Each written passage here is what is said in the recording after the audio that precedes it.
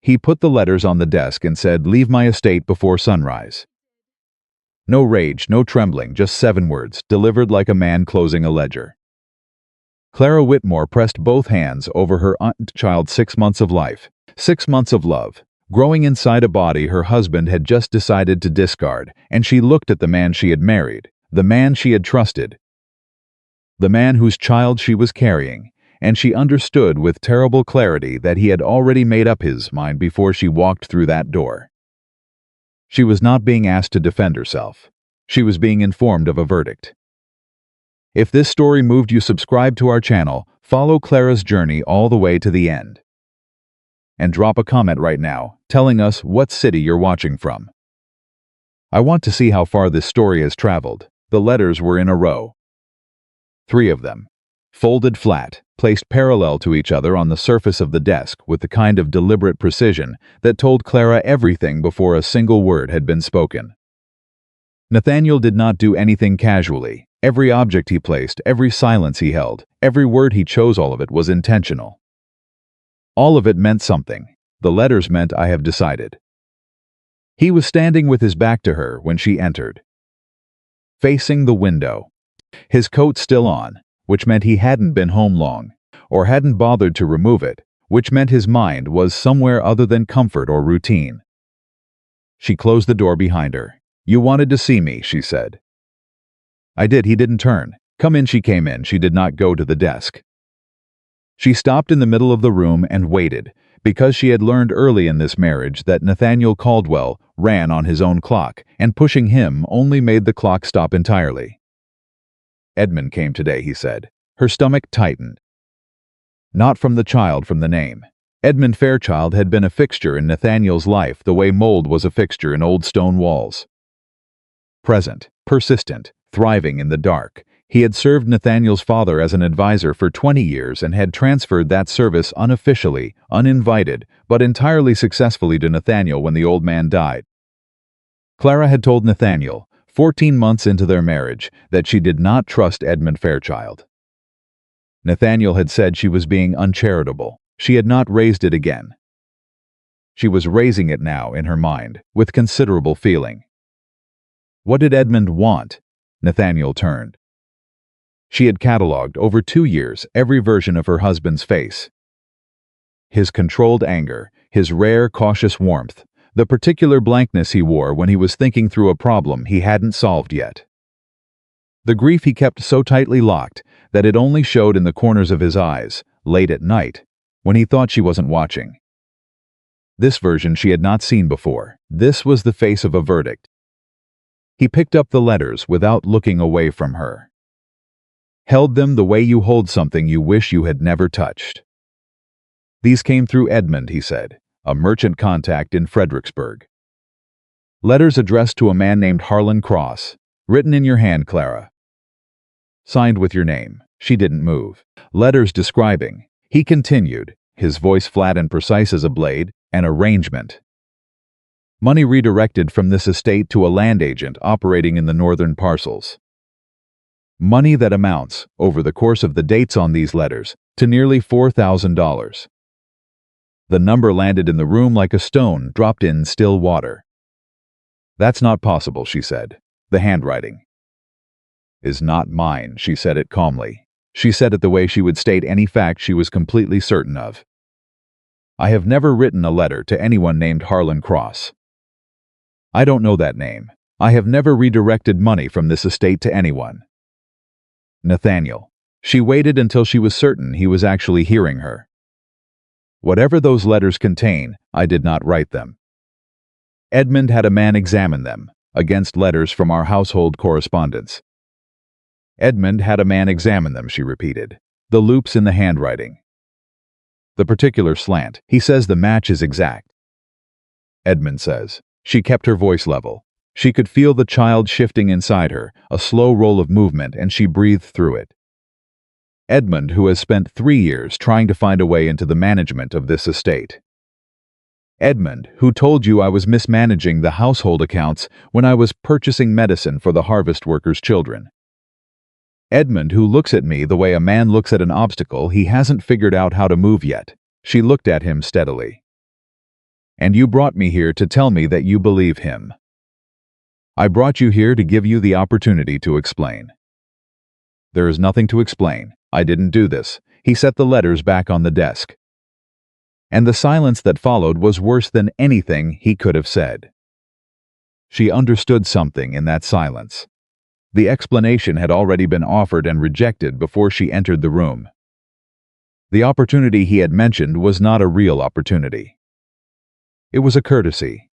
The kind you extend to someone when the decision is already final, and you simply want to be able to say you gave them a chance. Nathaniel. Her voice changed. The careful, measured quality fell away, and what remained was something much older and much more direct. Look at me. He looked at her. Tell me not what the letters say, not what Edmund told you, not what the evidence suggests. Tell me what you believe. About me, about who I am, right now standing here in front of you. She placed her hand flat against her abdomen. Tell me what you actually believe. He didn't answer. The silence stretched. She watched his face. Watched the thing move behind his eyes, not doubt, she realized. Something worse than doubt, he knew. Some part of him, the part that had lived alongside her for 2 years and watched her manage this household and care for the workers and argue with him honestly and love him with everything she had, that part of him knew. It was visible just for a second, the knowing, and then it closed. Locked away behind the walls he had spent his entire life building. The evidence is what it is, he said. You coward, she said quietly. His jaw tightened. I am trying to handle this. You are hiding, she said. Behind Edmund Fairchild. Behind evidence you haven't questioned for a single moment, because questioning it would require you to trust someone, and you have never in your life trusted anyone enough to believe them over a piece of paper. She stepped closer. Not aggressive, deliberate. She needed him to hear her without the distance. So let me ask you something else. The child I am carrying. Our child. Do you believe it's yours? Something moved across his face. It was there and gone in less than a second, but she saw it. The letters or no, she said. Do you believe this child is yours? The pause before he answered was 4 seconds long. She counted them. I don't know what to believe right now, he said. And that was the moment, not the letters, not the accusation. Not even the word leave. That pause, those 4 seconds, that was the moment Clara Whitmore understood that the man she had loved and built a life with and trusted with the most vulnerable parts of herself had, somewhere in the last several hours, quietly stopped believing in her. Not because of evidence, because it was easier. She removed her hand from her abdomen and straightened her spine. Very well, she said. Her voice was perfectly even. She would not give him the grief. She would not stand in this room and perform her own devastation for a man who had already decided she was guilty. Clara, you want me gone? I'll go. She turned toward the door. I won't be going to the Pemberton property. I won't be going anywhere you own. I won't be going anywhere you can reach me when you decide this was a mistake and you want to manage the situation. You can't travel in your condition. She stopped with her hand on the door. Didn't turn around. Watch me, she said. Clara, if you leave this house tonight, the legal position becomes Nathaniel. She said his name once, clean and final, and turned just enough to look at him over her shoulder. I am taking 2 things when I walk out that door. The truth, because it belongs to me and you can't forge it away. And your child, because whatever you've decided tonight, this baby is coming into the world whether you choose to believe in her or not. A pause. I hope, for her sake, that you figure out the difference between evidence and truth before she's old enough to know the difference herself. She opened the door, she walked out. She did not look back. She gave herself until the bedroom door was closed before she let her hands shake. Just her hands. She stood with her back against the door and breathed slow, deliberate, 4 counts in and 4 counts out, the way her mother had taught her when she was 9 years old, and frightened of a thunderstorm. You cannot outrun a storm, her mother had said, but you can stand still long enough for it to pass. This storm was not passing. This storm was her life rearranging itself around a new and terrible fact, and she had approximately 40 minutes before the house began to wake, and she needed to be gone before anyone could be ordered to stop her. She moved the traveling bag, top shelf of the wardrobe. She pulled it down and opened it on the bed, and her hands started moving before her mind had finished deciding what mattered. The dress she could move in, the wool shawl. Her document case birth record, marriage certificate, the letter from her father's solicitor, confirming her inheritance, the letter from the county physician, confirming the pregnancy and its date, the date that would matter, later. The date she had kept carefully recorded, because something in her had known, months ago, that dates might become important. Her mother had said, "Never be without your own resources." The money was in the inner lining of the document case. $31, saved from her household allowance in small amounts over 14 months. Not in preparation for this. She hadn't planned this, hadn't imagined this. But she had been raised by a woman who understood that a married woman with no money of her own was simply a woman waiting to be helpless. She was not going to be helpless. The miniature portrait of her parents, painted the summer before her father died. She tucked it in carefully, between the documents, so it wouldn't shift. She did not take the pearl earrings Nathaniel had given her at Christmas. She did not take the silk shawl from their anniversary. She did not take anything that had been placed in her hands as a gift. She would not be accused of theft on top of everything else. The bag closed. She put on her traveling boots, lacing them with the steady focus of someone who cannot afford to think too far ahead.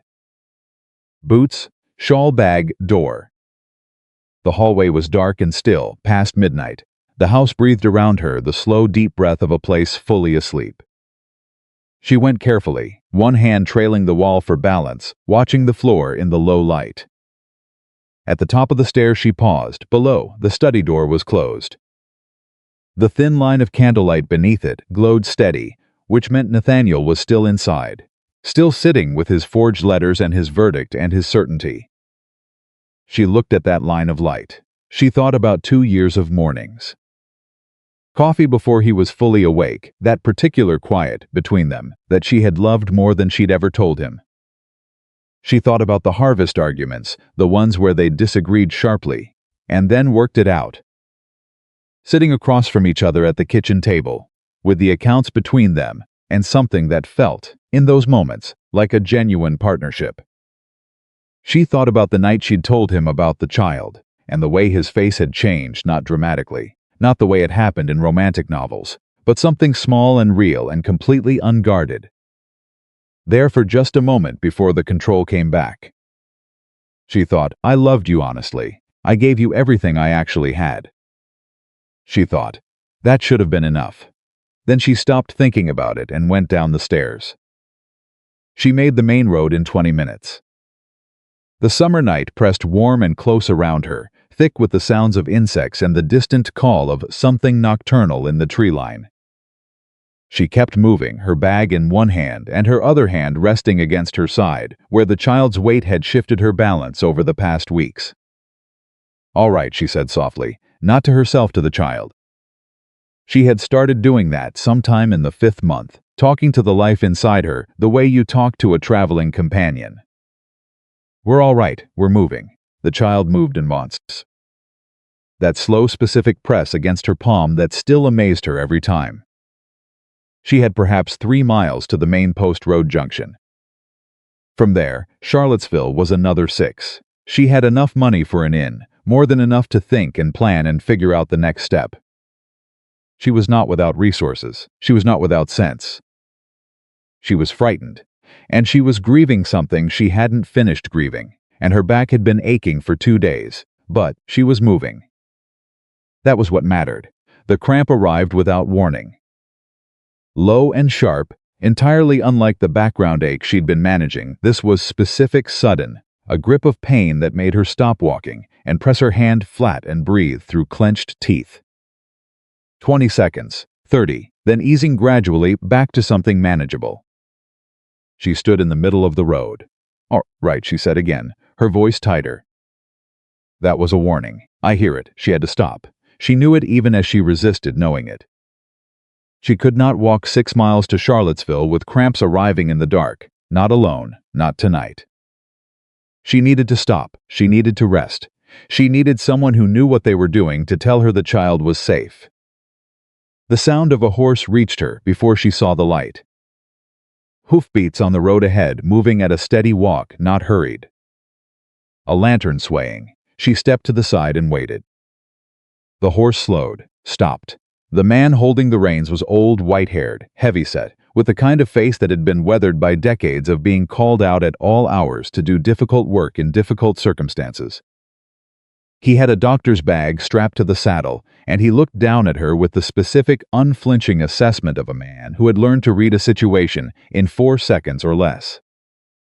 "Evening, ma'am," she said. His eyes moved to her bag. To the road behind her, dark and empty. To her abdomen, where the child's weight was visible even in lantern light. Back to her face. "You're traveling alone," he said. It was not a question at this hour. "Yes." "In your condition." That also yes. He studied her for a moment. He didn't ask what had happened, which she noted and appreciated. He didn't offer his sympathies or his opinions. He simply looked at her the way a doctor looks at a situation, assessing what was needed rather than what was interesting. "My name is Dr. Samuel Everett," he said. "I've had a practice in this county 34 years. My house is 2 miles north. My daughter Margaret is there, and there is a decent guest room that is not being used." He held out a hand, steady, unhurried. "In the morning, I will take you anywhere you want to go. Tonight, let me do my job." She looked at his hand. She wanted to say no. Some very stubborn part of her, the part that had walked out of Caldwell Manor on her own legs and intended to keep going on her own legs, wanted to decline and keep moving. Then the cramp shifted, low and insistent, and she thought about the child. Not about herself, about the child. She took his hand. "Thank you," she said. "I'm Clara. I know who you are," he said quietly, and clicked to the horse, and didn't explain further. Margaret Everett was 35, direct and completely uninterested in drama. She had Clara's boots off and a cool cloth on her neck and a glass of water in her hand, before Clara had fully registered sitting down, all of it accomplished with the brisk, efficient warmth of someone who had grown up in a house where people arrived at inconvenient hours and needed practical assistance rather than conversation. "You don't have to tell me anything tonight," Margaret said, settling into the chair across from her. "Rest first. Papa will look at you in the morning. The cramps are likely stress, but Papa will confirm it.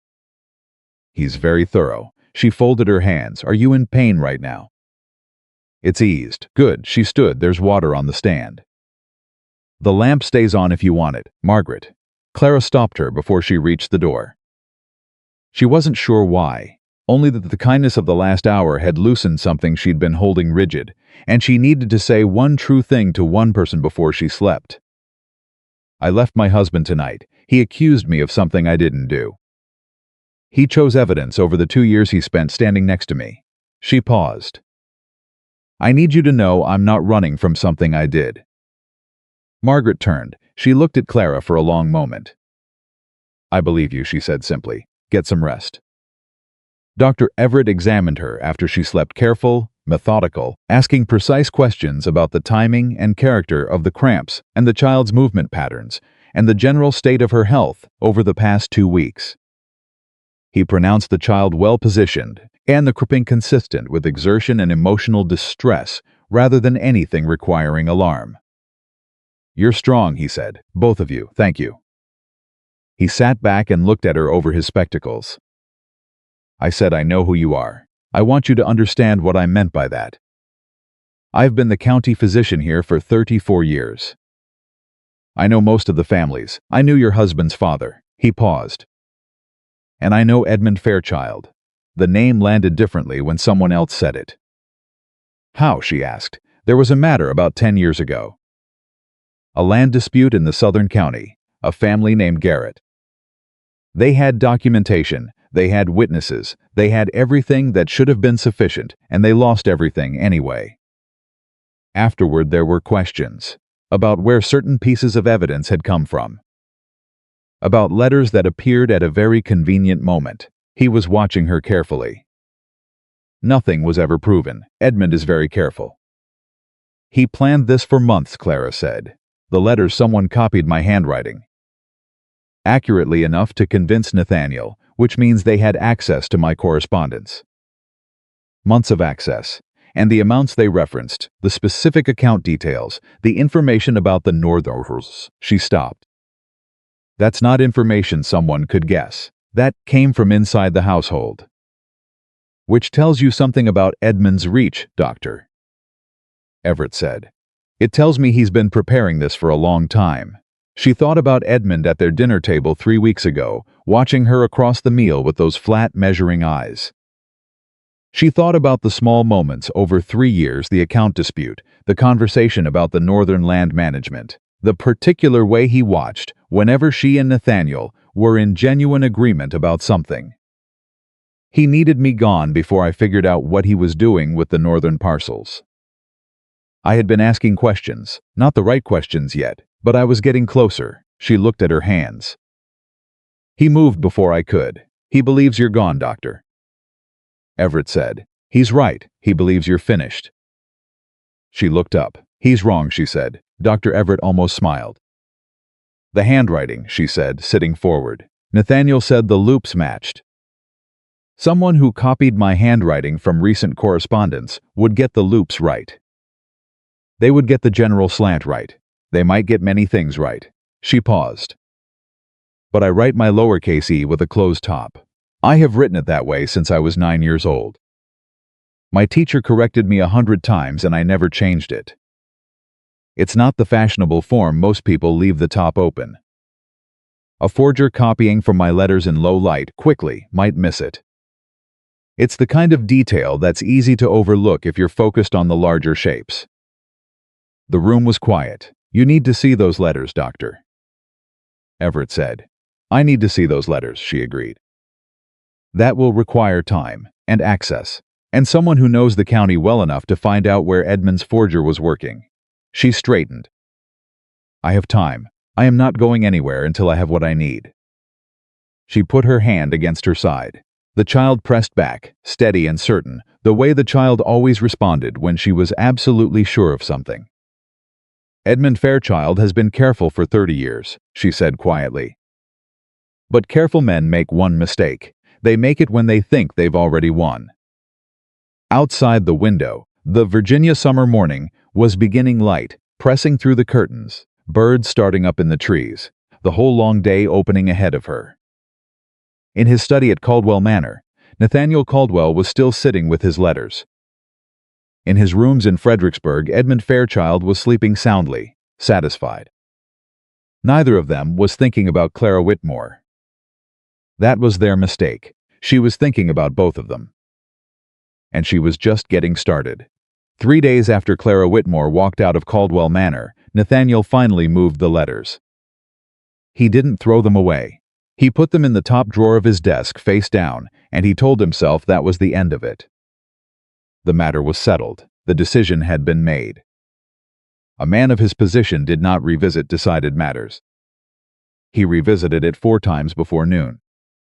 The 5th time he opened the drawer, Margaret Hollis, his housekeeper of 11 years, a woman who had weathered every storm the Caldwell household had produced, without so much as a raised eyebrow, walked in without knocking, which she had never done in 11 years, and set a cup of coffee on the desk with a firmness that was just short of a slam. Mrs. Caldwell's rose cuttings need watering, she said. The ones along the south wall. She planted them from her mother's garden. They'll die in this heat if nobody tends them. Nathaniel looked up. Then have someone water them. I thought you should know they were there. She left. He closed the drawer. He did not open it again that day. But he sat at that desk for 2 hours doing absolutely no work, which was something Nathaniel Caldwell had never done in his adult life, and eventually he got up and walked to the window that faced the south garden. And he stood there looking at the roses along the wall.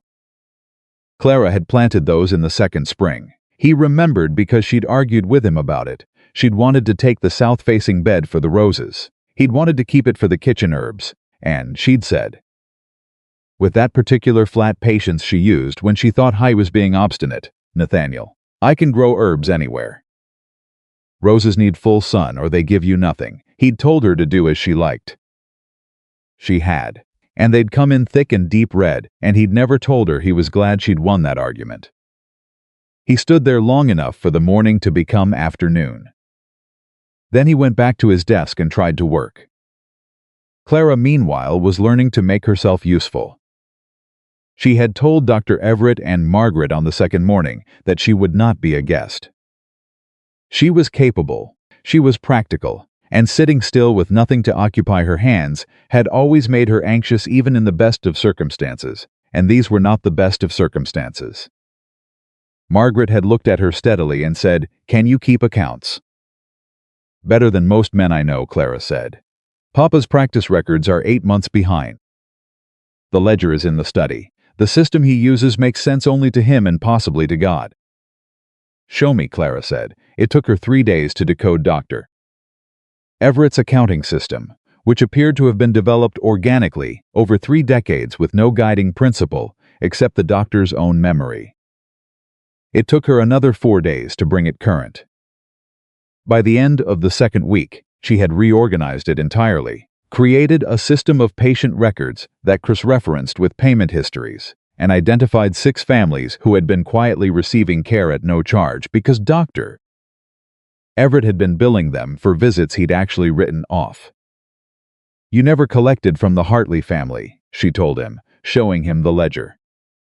"Or the Moores, the Prestons, the Simmons Samuel. These families owe you nearly $200 combined." "I'm aware," he said. "Why not? The Hartleys had a bad harvest 3 years running. Mrs. Moore has 7 children and her husband's back hasn't been right since the mill accident. The Prestons are," he waved a hand. "I know who can pay and who can't." "I don't need the ledger to tell me that." Clara looked at the records.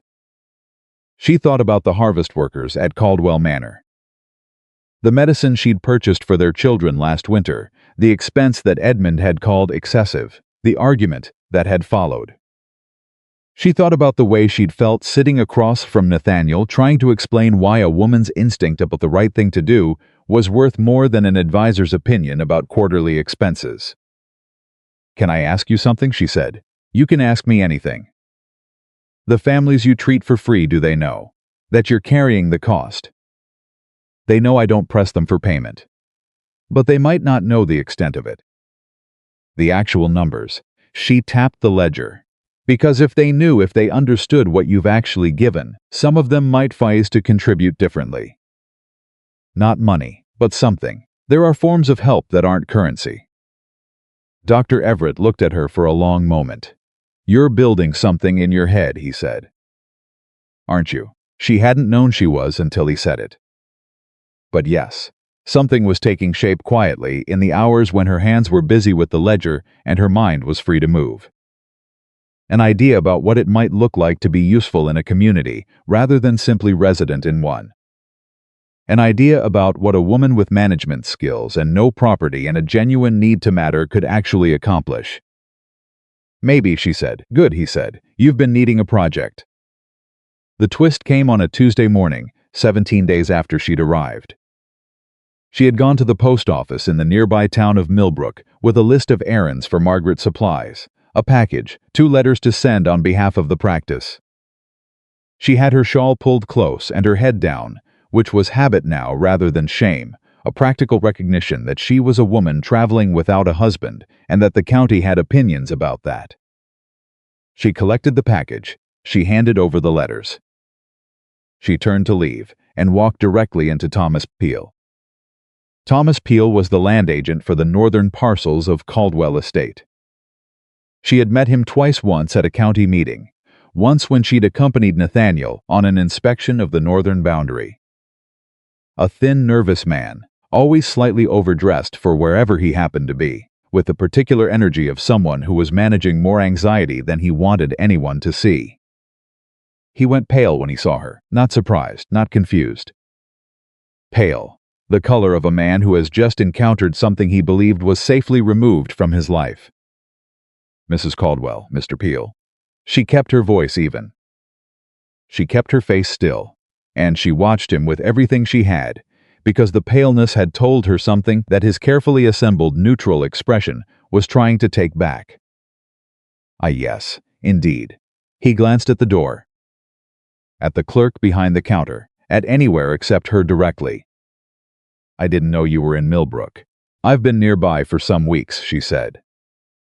Visiting friends. She tilted her head slightly. You seem surprised to see me. Not at all. I simply stopped. Tried again. I had heard that you and Mr. Caldwell had what? She asked pleasantly. He couldn't finish the sentence. Because whatever he'd heard, whatever he'd been told, it clearly included information that he had no legitimate reason to possess. Information that would only have come from someone who considered him an insider rather than a peripheral figure. Information that would only have come from Edmund. I hope you're well, she said. And Mr. Peel, she waited until he finally met her eyes. Tell whoever you're reporting to that I am very well. That I am thinking very clearly, and that I intend to remain in the county for as long as it takes. She walked out before he could respond. She was halfway down the road before her hands started shaking. She told Dr. Everett that evening. He listened with his hands folded and his eyes very still, the way he listened when something mattered, and when she finished he said, Peel is Edmund's man. Or close enough to it. He knew I'd left the state. He knew it in the way someone knows something they've been told, not something they've seen. And he was frightened.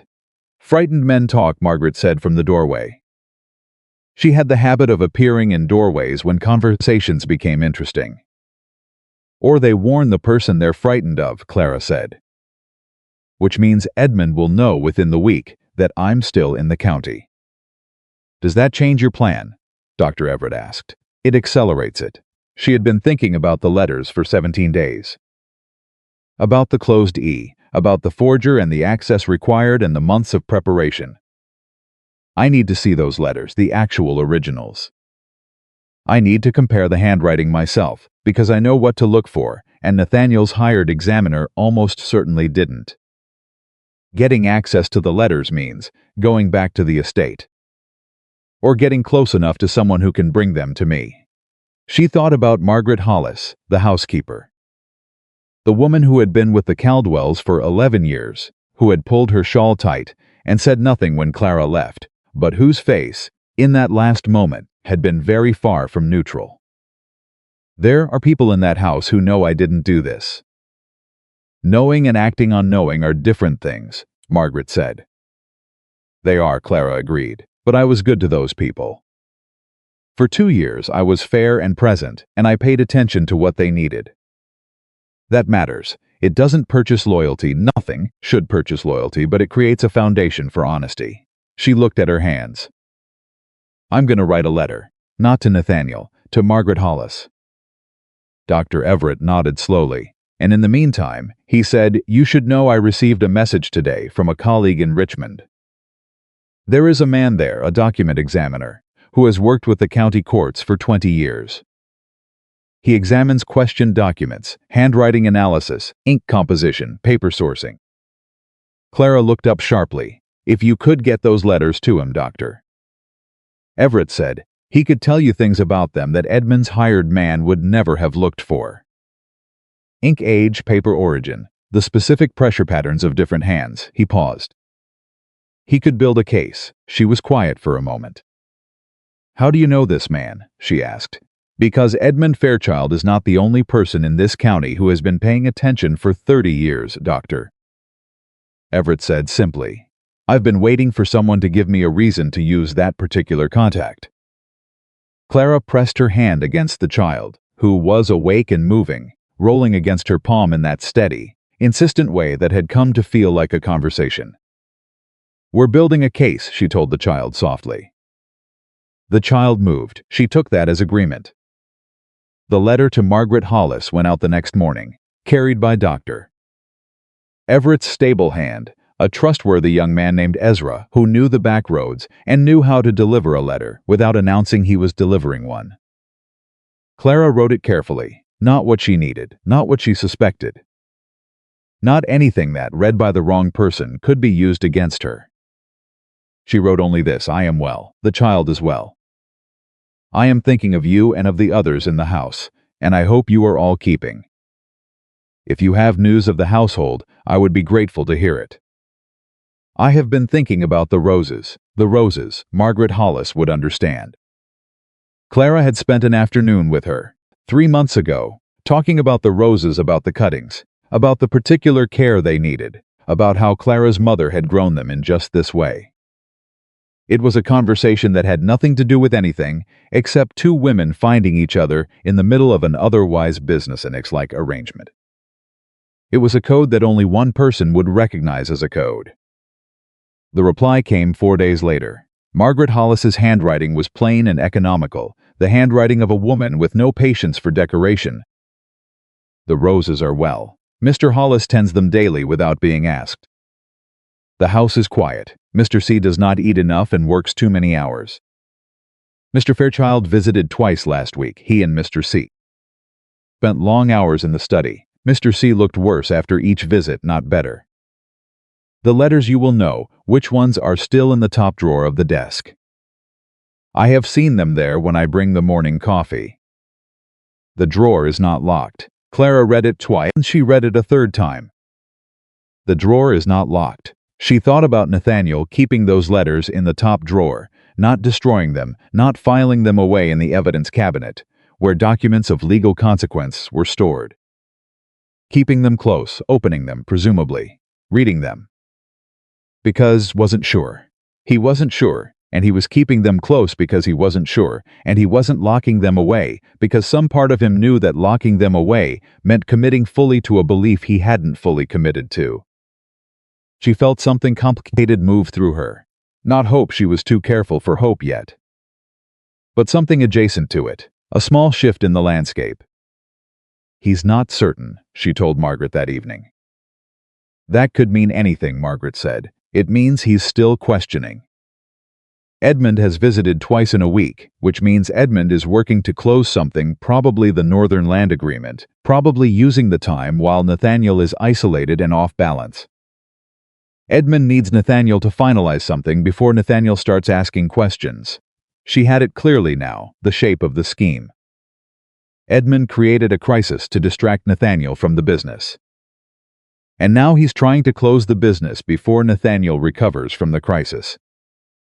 If Nathaniel signs those agreements, the northern parcels would effectively be under Edmund's control. The titles would shift, the revenue would redirect. And by the time Nathaniel understood what had happened, it would require a court to undo it. She shook her head. Edmund doesn't just want me gone, he wants the land. I was a threat to the land scheme, not the primary target. You were collateral, Margaret said. The word landed harder than it should have. Yes, Clara said quietly. I was collateral. She sat with that for a moment. The specific, particular quality of being not the target, but the obstacle. Being removed not because of who you were, but because of what you were in the way of. Then she folded it away and moved forward. I need Ezra to make another trip, she said. This time to Richmond. Her body had its own opinions about the pace she was trying to maintain. Dr. Everett made this clear on a morning 3 days later, when she came down from her room at what she considered a reasonable hour, just past 6. She'd slept fully, she felt fine, and he looked at her from across the kitchen and said, "Sit down." I have sit, Clara. She sat. He examined her with the focused thoroughness he brought to everything medical, and then he told her what she'd been not quite ignoring for the past week. She was pushing too hard. The child was feeling it. Her blood pressure was higher than he wanted it, and if she did not genuinely rest for the next 4 days, he would consider it a personal failure, and he did not enjoy personal failures. 4 days, she said. 4 days of actual rest, not thinking through plans while pretending to nap. Not reorganizing my ledger while claiming to sit quietly. Rest. He fixed her with the particular stare that she suspected had been effective on patients for 3 decades. Your daughter needs you more than your investigation does right now. Her daughter. She had been thinking of the child as the child, the baby, the life inside her. She had been deliberately not attaching too specific an image to what was coming, because the situation was too uncertain, and she was too practical to spend emotional energy on a future she couldn't see clearly. But Dr. Everett had said daughter, and something cracked open a little. "You think it's a girl?" she asked. "I've delivered more babies than I can count," he said. "I'm not always right, but yes, I think it's a girl." Clara put her hand over her abdomen. A daughter. A daughter growing inside her while her father sat in his study with forged letters in the top drawer of his desk, being visited twice a week by the man who had engineered the destruction of their family in order to steal a parcel of land. "All right," she said. 4 days. She rested. Genuinely rested, which was harder than any of the work she'd been doing, because her mind refused to quiet, and she had to actively, consciously, redirect it every time it started running through scenarios and evidence and timing. She slept in the afternoons. She sat with Margaret in the evenings. She talked about things that had nothing to do with Nathaniel or Edmund, or letters or land, about her mother, about her childhood in the Shenandoah Valley, about the books she'd loved as a girl and the ones she'd found disappointing. Margaret, it turned out, had opinions about books. Strong ones. The 4 days were not unpleasant. On the 5th day, Ezra came back from Richmond. The document examiner's name was Henry Graves. He was 60, methodical, and had a reputation in the Richmond courts that Dr. Everett described as unimpeachable. Ezra had delivered Clara's letter and returned with a sealed reply. She opened it at the kitchen table, with Dr. Everett and Margaret both present, because there was no longer any pretense of conducting this alone. The letter was precise and professional and devastating in its clarity. Henry Graves had not seen the letters, yet he couldn't. They were still in Nathaniel's desk. But he had received Clara's description of the situation, and he wrote the following: that he was familiar with the work of 3 forgers currently operating in the Richmond-Fredericksburg corridor, and that of those 3, only one had the skill level described. That this forger, known to work under the name John Sutton, had been commissioned at least twice before for document fraud in land disputes, and that in both previous cases the documents had passed initial examination before being challenged. That Sutton had a specific weakness. He did not fully replicate pressure variation, meaning that an examiner comparing pen pressure between authentic documents and his forgeries could identify the discrepancy. And that if the letters Clara described could be brought to him in Richmond, he could provide a written opinion sufficient for legal proceedings. She read it once. Then she read it aloud for Dr. Everett and Margaret. The kitchen was very quiet when she finished. "He can break the forgery, Doctor," Everett said. "If I can get the letters," Clara said. "The drawer is unlocked," Margaret said. They all 3 looked at each other. "I can't go back to that house," Clara said. "Not yet. Not without the analysis already in hand, not without something definitive to put in front of Nathaniel. If I walk back into that estate with nothing but my word, he has already proven he won't accept my word alone." "Then someone else needs to get the letters," Dr. Everett said. "Ezra," Margaret said immediately. "Ezra can get to the house, Doctor." Everett agreed. "The question is who inside the house would hand them over." Clara thought about the reply from Margaret Hollis. "The careful economical handwriting. The drawer is not locked." Not volunteered information. Offered information. The difference was significant. She picked up a pen. She wrote a second letter. This one was longer than the first. This one said, plainly and directly, what she needed and why, and what she believed it would accomplish. She told Margaret Hollis the truth about the forger and the document examiner. She told her what a successful analysis would mean.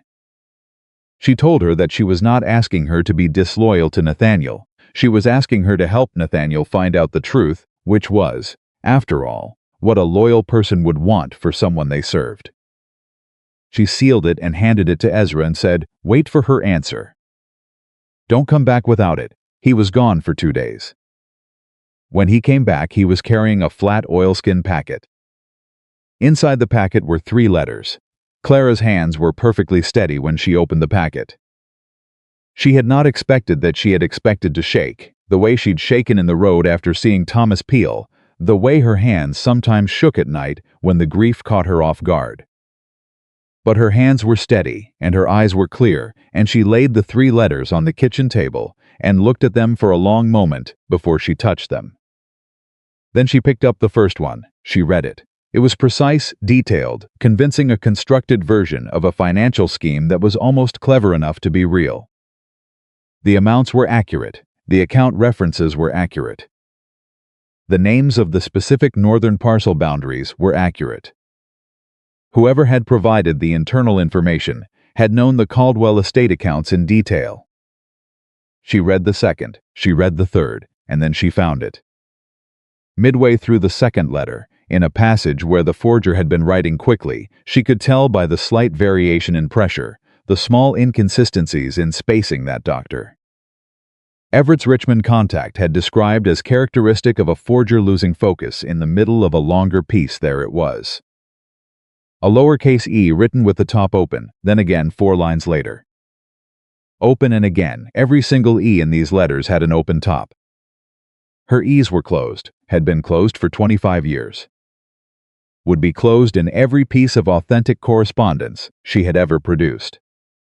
She put the letter down. "It's there," she said. Her voice was completely level. "The E, every one of 'em, open top, every instance.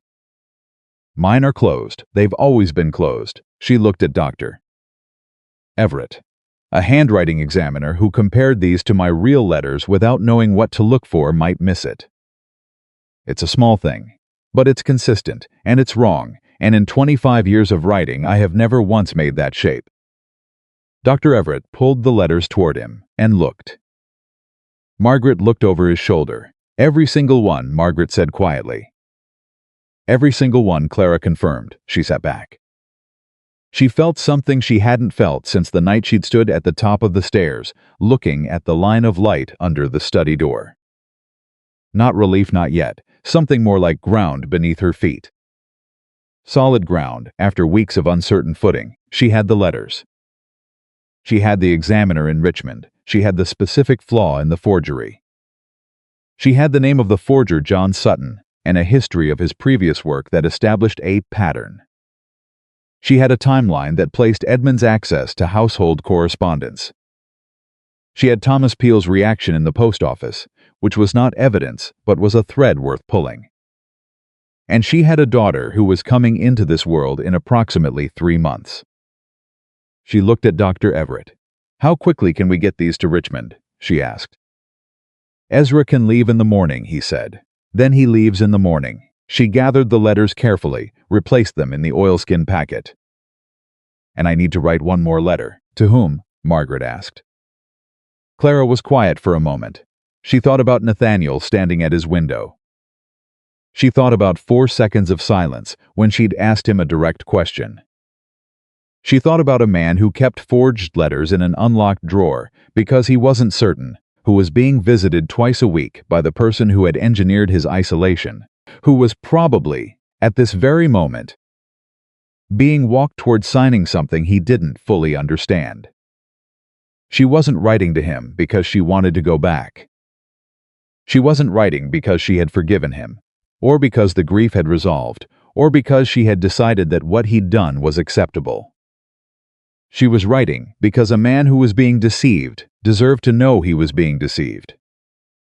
And because the land he stood to lose had been his family's for 3 generations. And because the daughter growing inside her deserved a father who had been given the chance to be better, even if he chose not to take it. "To my husband," she said. She picked up the pen. She did not write, "I forgive you." She did not write, "I am coming home."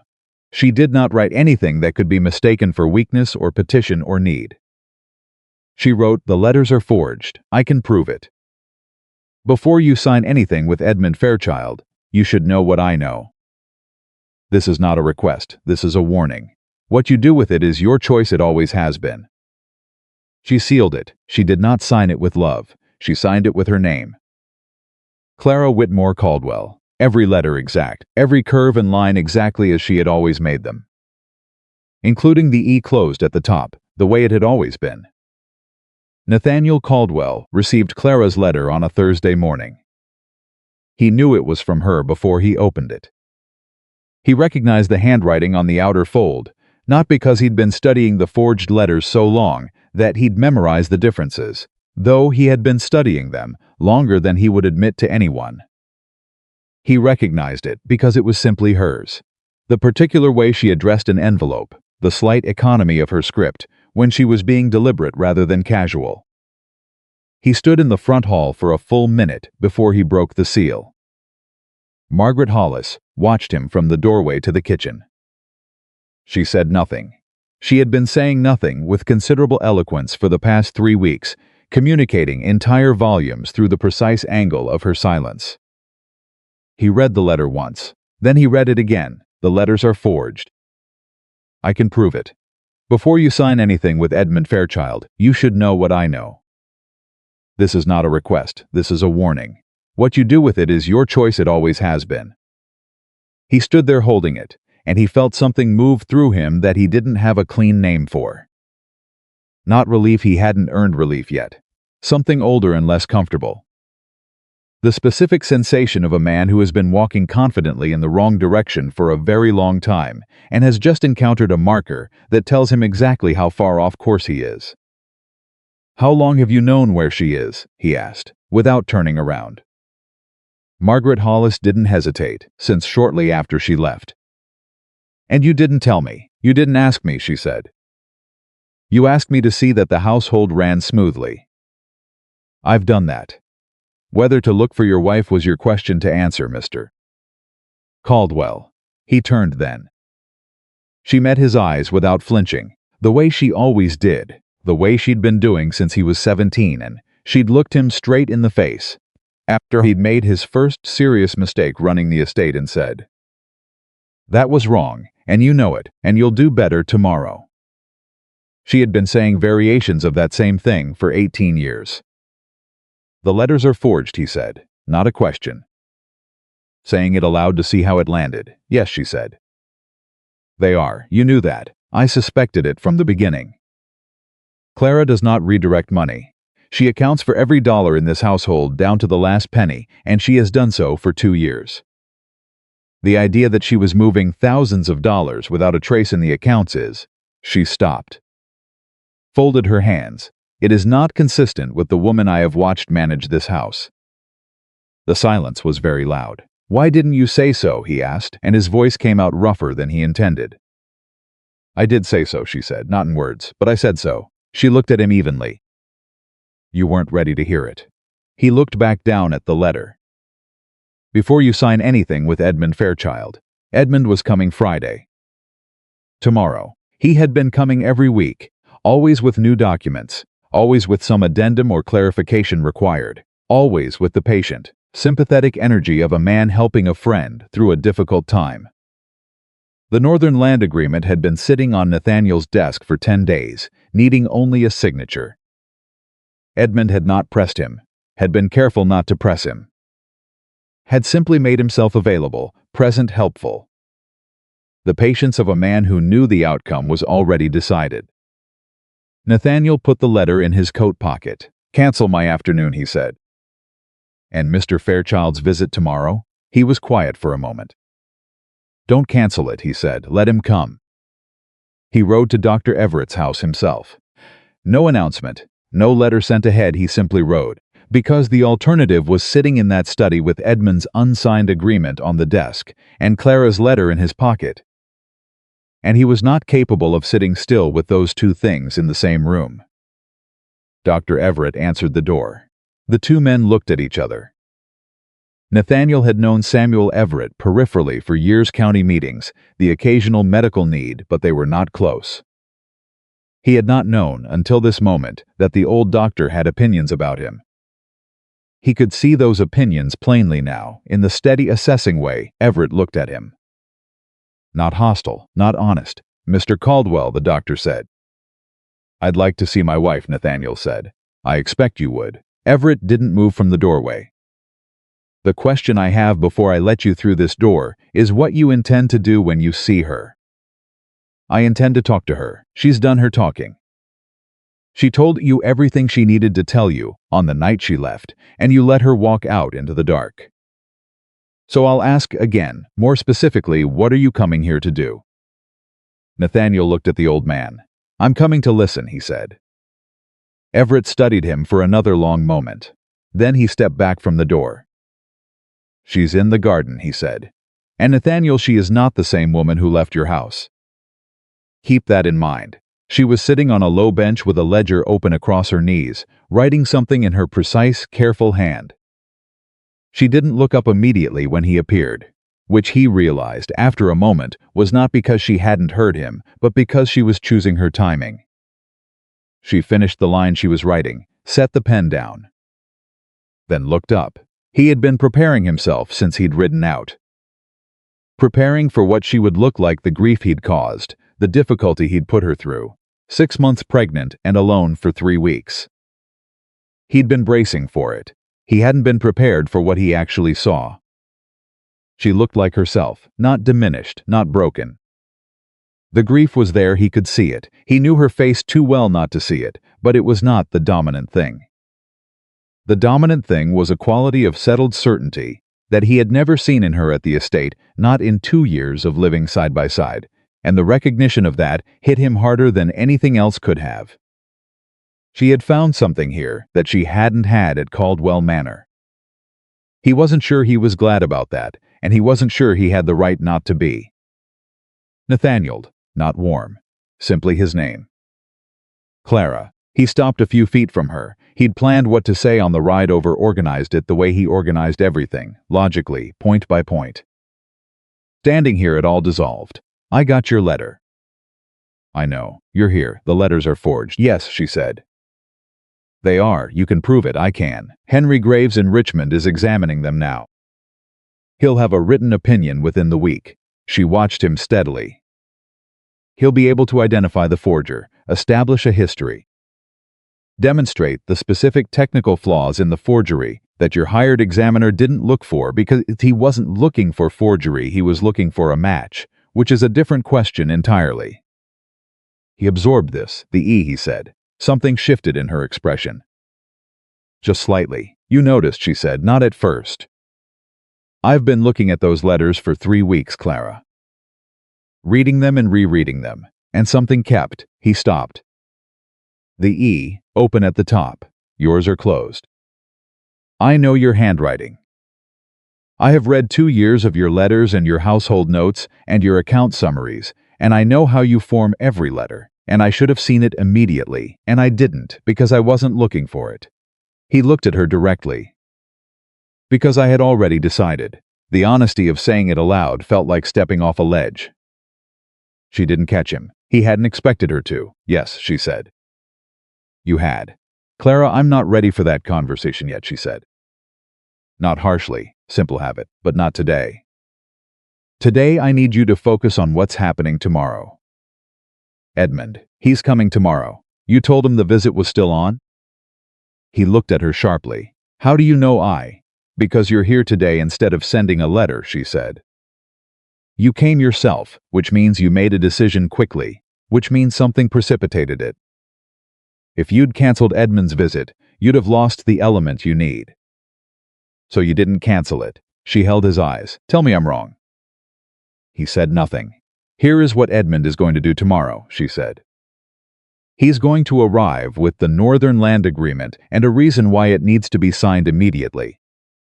A deadline, a competing buyer, something that creates urgency. He's been patient for 3 weeks. He won't wait much longer. He knows you're isolated, he knows you're off balance, and he believes I am not a factor. She paused. He does not know about Henry Graves.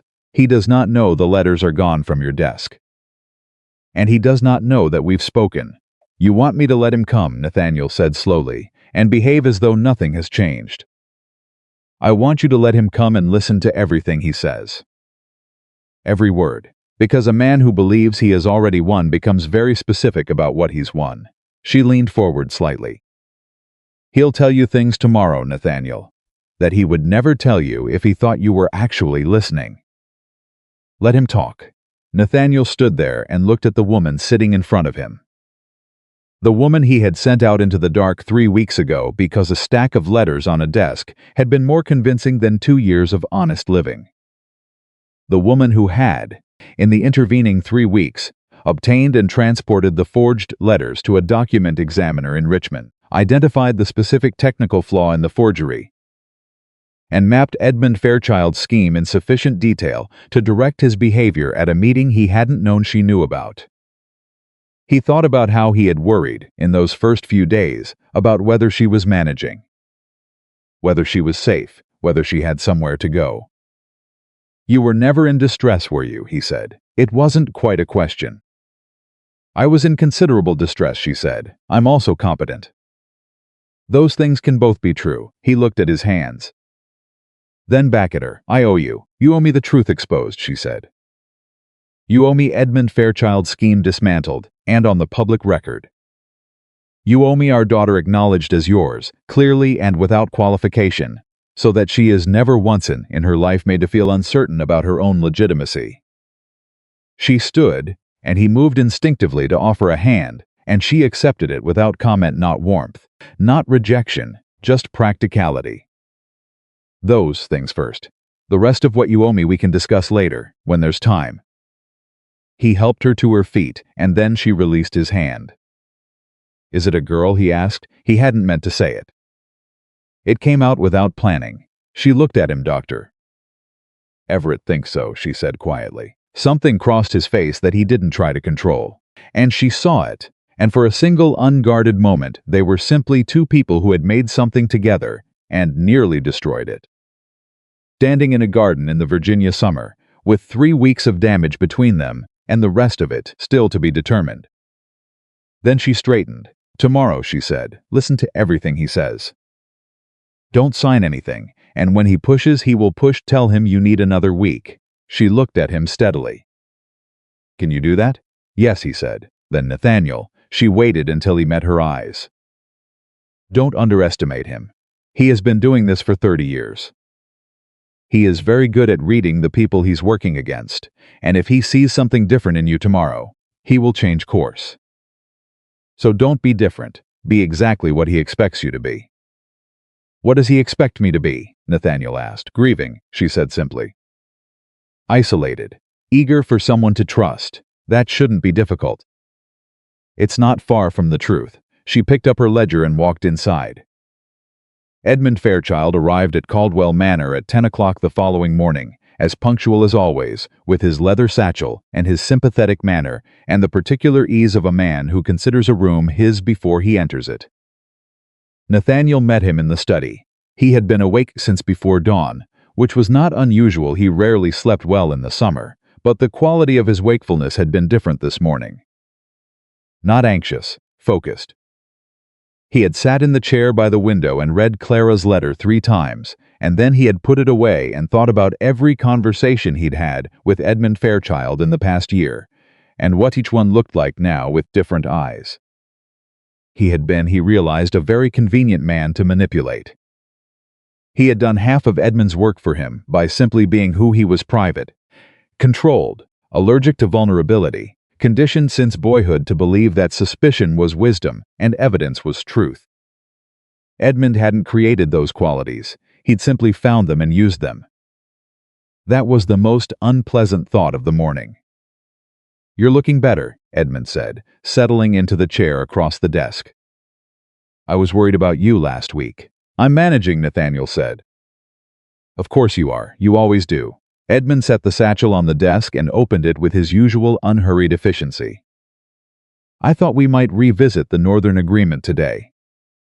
I've had word from the land agent that the Beaumont family has been making inquiries about those parcels. Nothing formal yet, but if they move first, you lose the first position advantage we've been holding." "The Beaumont family," Nathaniel said. "They've been looking to expand north for 2 years. This would be exactly the acquisition they want." Edmund slid the agreement across the desk. "I know the timing is, there's a great deal on your plate. But this is worth protecting." Nathaniel looked at the agreement without touching it. "Tell me again how the revenue structure works," he said. "Once the agreement is in place, walk me through it." Edmund looked at him pleasantly. "Of course. The northern parcels would be developed under a joint management arrangement. Your title remains intact, naturally, but the operational management would be consolidated under the agency, which keeps the day-to-day burden off your hands. Revenue flows through the agency accounts, is reconciled quarterly, and your share is distributed on the schedule in Section 4. He indicated the page. It's quite favorable, and the agency accounts, Nathaniel said. Who controls those? The managing partner, as designated in the agreement. That would be the Fairchild Agency, Nathaniel said. It's a formal designation, standard practice in these arrangements. Edmund's tone remained easy, explanatory. The managing partner has fiduciary obligations to all parties. It's protected in law. The Garrett family, Nathaniel said. The shift was almost imperceptible, a slight change in the quality of Edmund's stillness. Just a fraction of a second, and then his expression was exactly as it had been, pleasant and open. I'm sorry, he said. The Garrett family, from the southern county. About 10 years ago, were they party to a similar arrangement? I don't recall their land was in dispute. They had documentation. They had witnesses. They lost everything. Nathaniel kept his voice level, almost idle, the way he spoke when he was actually thinking most carefully. I've been told that afterward there were questions about where certain pieces of evidence had come from. Letters, specifically. Letters that appeared at a convenient moment. Edmund was very still now. I'm not sure where you're hearing. Thomas Peel, Nathaniel said. He came to see me yesterday. This was not true. But it was possible, and Nathaniel watched Edmund process the possibility. He was nervous. Peel is always nervous, but this was a different quality of nervous. He wanted to tell me something, I think, but he couldn't quite get there. So I asked him some questions, and he answered some of them, and declined to answer others, and the questions he declined to answer were very informative. Edmund was recalculating. Nathaniel could see it, the fast, invisible recalculation of a man who has built a position on specific assumptions, and is suddenly uncertain which of those assumptions are still intact. I'm not certain what Thomas may have suggested. He suggested that the letters about my wife weren't what they appeared to be, Nathaniel said. I found that very interesting, given that I had already been finding the letters themselves increasingly difficult to accept. Nathaniel, Edmund's voice shifted, warmer, concerned. I think the past few weeks have been extremely difficult, and I wonder if that difficulty is. Edmund. Nathaniel said the name the way you put something down firmly. I am not signing this agreement today. The silence had a different quality now. I think you should take it home, Nathaniel continued. I'm going to have my own man review the revenue structure in Section 4. Someone who isn't affiliated with the Fairchild Agency. He looked across the desk. You understand. Edmund looked at him, and for just a moment, just one, the pleasant, sympathetic, patient mask developed a hairline fracture. Nathaniel saw it. He was looking for it, which was the only reason he caught it. A flash of something cold and calculating in the older man's eyes before the warmth came back. Of course, Edmund said. Take all the time you need. He gathered the agreement back into the satchel without any visible sign of frustration. I'll simply let the agency know that we need a brief extension on the first position hold. Do that, Nathaniel said. Edmund stood, picked up the satchel. Moved toward the door with the unruffled ease of a man who has not just watched his plan begin to unravel.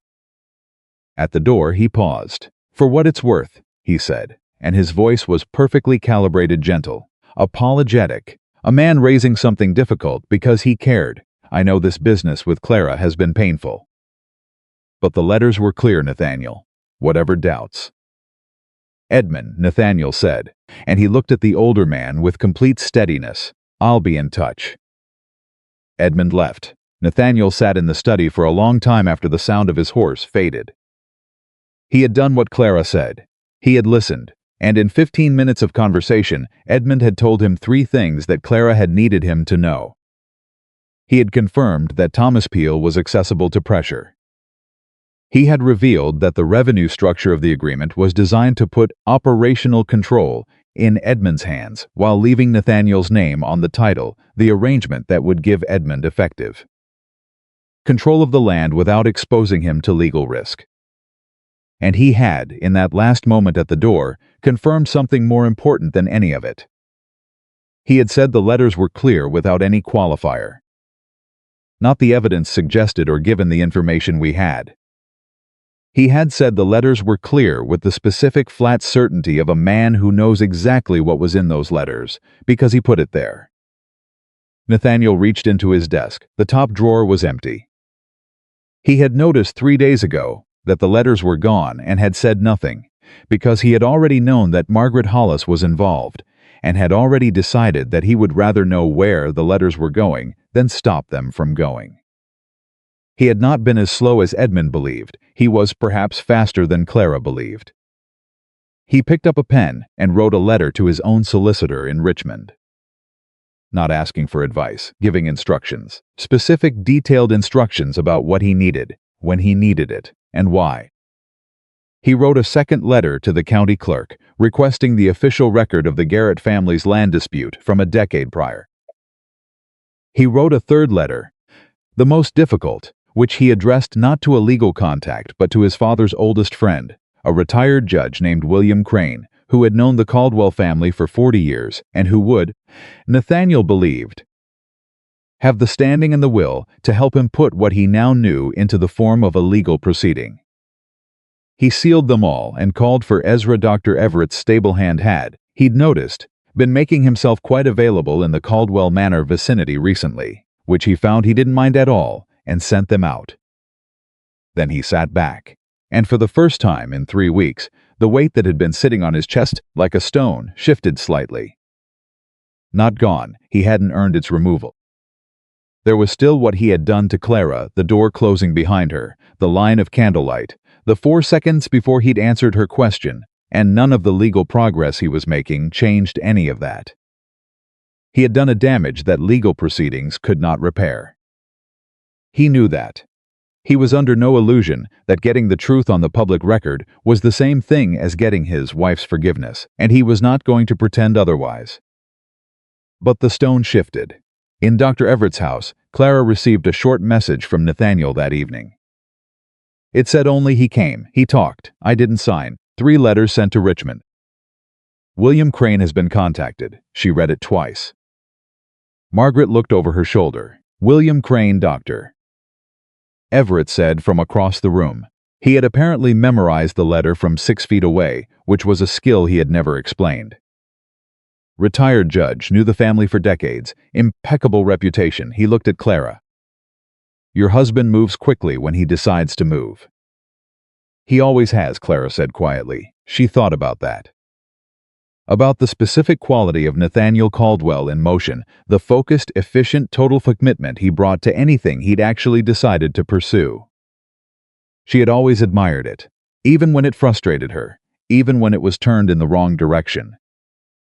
It was one of the things she had fallen in love with, early, before she'd understood that the same quality that made him formidable in pursuit of something also made him formidable in the prosecution of a wrong decision. She folded the note. Henry Graves will have the analysis ready by the end of the week, she said. And Crane will have received Nathaniel's letter by tomorrow, Doctor. Everett said. And Edmund will be making his own calculations tonight, Clara said. He'll know something changed in that room today. He's too experienced not to feel it. He'll be deciding what to do next. She put her hand over the child. We have to move faster than he does. What does faster look like? Margaret asked. It looks like Graves's analysis being on the record before Edmund can challenge the process. It looks like the Garrett family's case being reopened, or at least referenced in whatever proceeding Crane initiates. It looks like Thomas Peel being approached by the right person before Edmund reaches him first. She thought for a moment. And it looks like me meeting with William Crane directly. Margaret and Dr. Everett exchanged a look. You're 8 months along, Margaret said. I'm aware, Clara said. I'm also the only person who can testify to what I did and didn't write. Crane needs to hear that directly, from me, in person. She looked at them steadily. I'm not asking permission. I'm asking which of you is coming with me. Another look between them. I'll drive, Dr. Everett said. They arrived at William Crane's property 2 days later. Crane was 70, spare, and had the particular stillness of a man who had spent decades listening to people gore and had learned to wait for the thing that actually mattered. He met them in his receiving room and looked at Clara with the slow, complete attention of someone taking a precise measurement. "You're Mrs. Caldwell," he said. "I am," she said. "And I know who forged those letters. I know who commissioned the forgery. I know how the forgery was accomplished and where the internal information came from. I have the letters in the hands of Henry Graves, who will have a written analysis ready within days. And I know what Edmund Fairchild has been trying to accomplish with the Northern Land Agreement." She sat down across from him without being invited to, because she was 8 months pregnant and her back was aching, and William Crane was going to hear everything she had to say whether they were both sitting or both standing. "I came here to tell you all of it, if you'll listen." He looked at her for a moment. Then he sat down. "Start from the beginning," he said. She started from the night she walked out the door. She talked for 90 minutes. Crane asked 7 questions, each one precise and targeted, the questions of a man who already understood structure and was checking her account against it. She answered each one without hesitation. She had been over this so many times in the past weeks in her mind with Dr. Everett, with Margaret, that the sequence was completely clear, every detail in its right place, every logical connection explicit. When she finished, Crane looked at the notes he'd making in a small, careful hand. "The forger John Sutton has a documented history," he said. "He does. Graves can establish it, and Edmund's access to the Garrett case 10 years ago can be documented through the county court records. Nathaniel has already requested those, and you are willing to submit to a formal examination of your handwriting, compared against Graves's analysis." "I'm willing to do whatever is required," she said. He looked at her directly. "Mrs. Caldwell, in my experience, the cases that succeed are not the ones with the most evidence. They are the ones with the clearest account. What you've given me today is the clearest account I've heard in 20 years of practice." He set his pen down. "I'll need a week to prepare the motion. Can you give me a week?" "I can give you whatever you need," she said. She stood to leave, and that was when the cramp arrived. Not the warning kind, not the stress and exertion kind that Dr. Everett had classified and monitored and managed for weeks. This was different in character, sharper, longer, and accompanied by a low, spreading pressure that she had not felt before. She went still. Dr. Everett was on his feet immediately. "Clara," he said. "I'm all right," she said, because she needed to be all right. Because there was a week of preparation, and a formal proceeding, and Edmund Fairchild still in motion, and Nathaniel still not fully informed, and William Crane watching her from across the room. "Clara," Dr. Everett said again, and his voice had the specific quiet urgency of a man who was not arguing, who was not asking, who was simply telling her something he needed her to hear. "We need to go now." She met his eyes. She saw there what she'd been refusing to let herself see.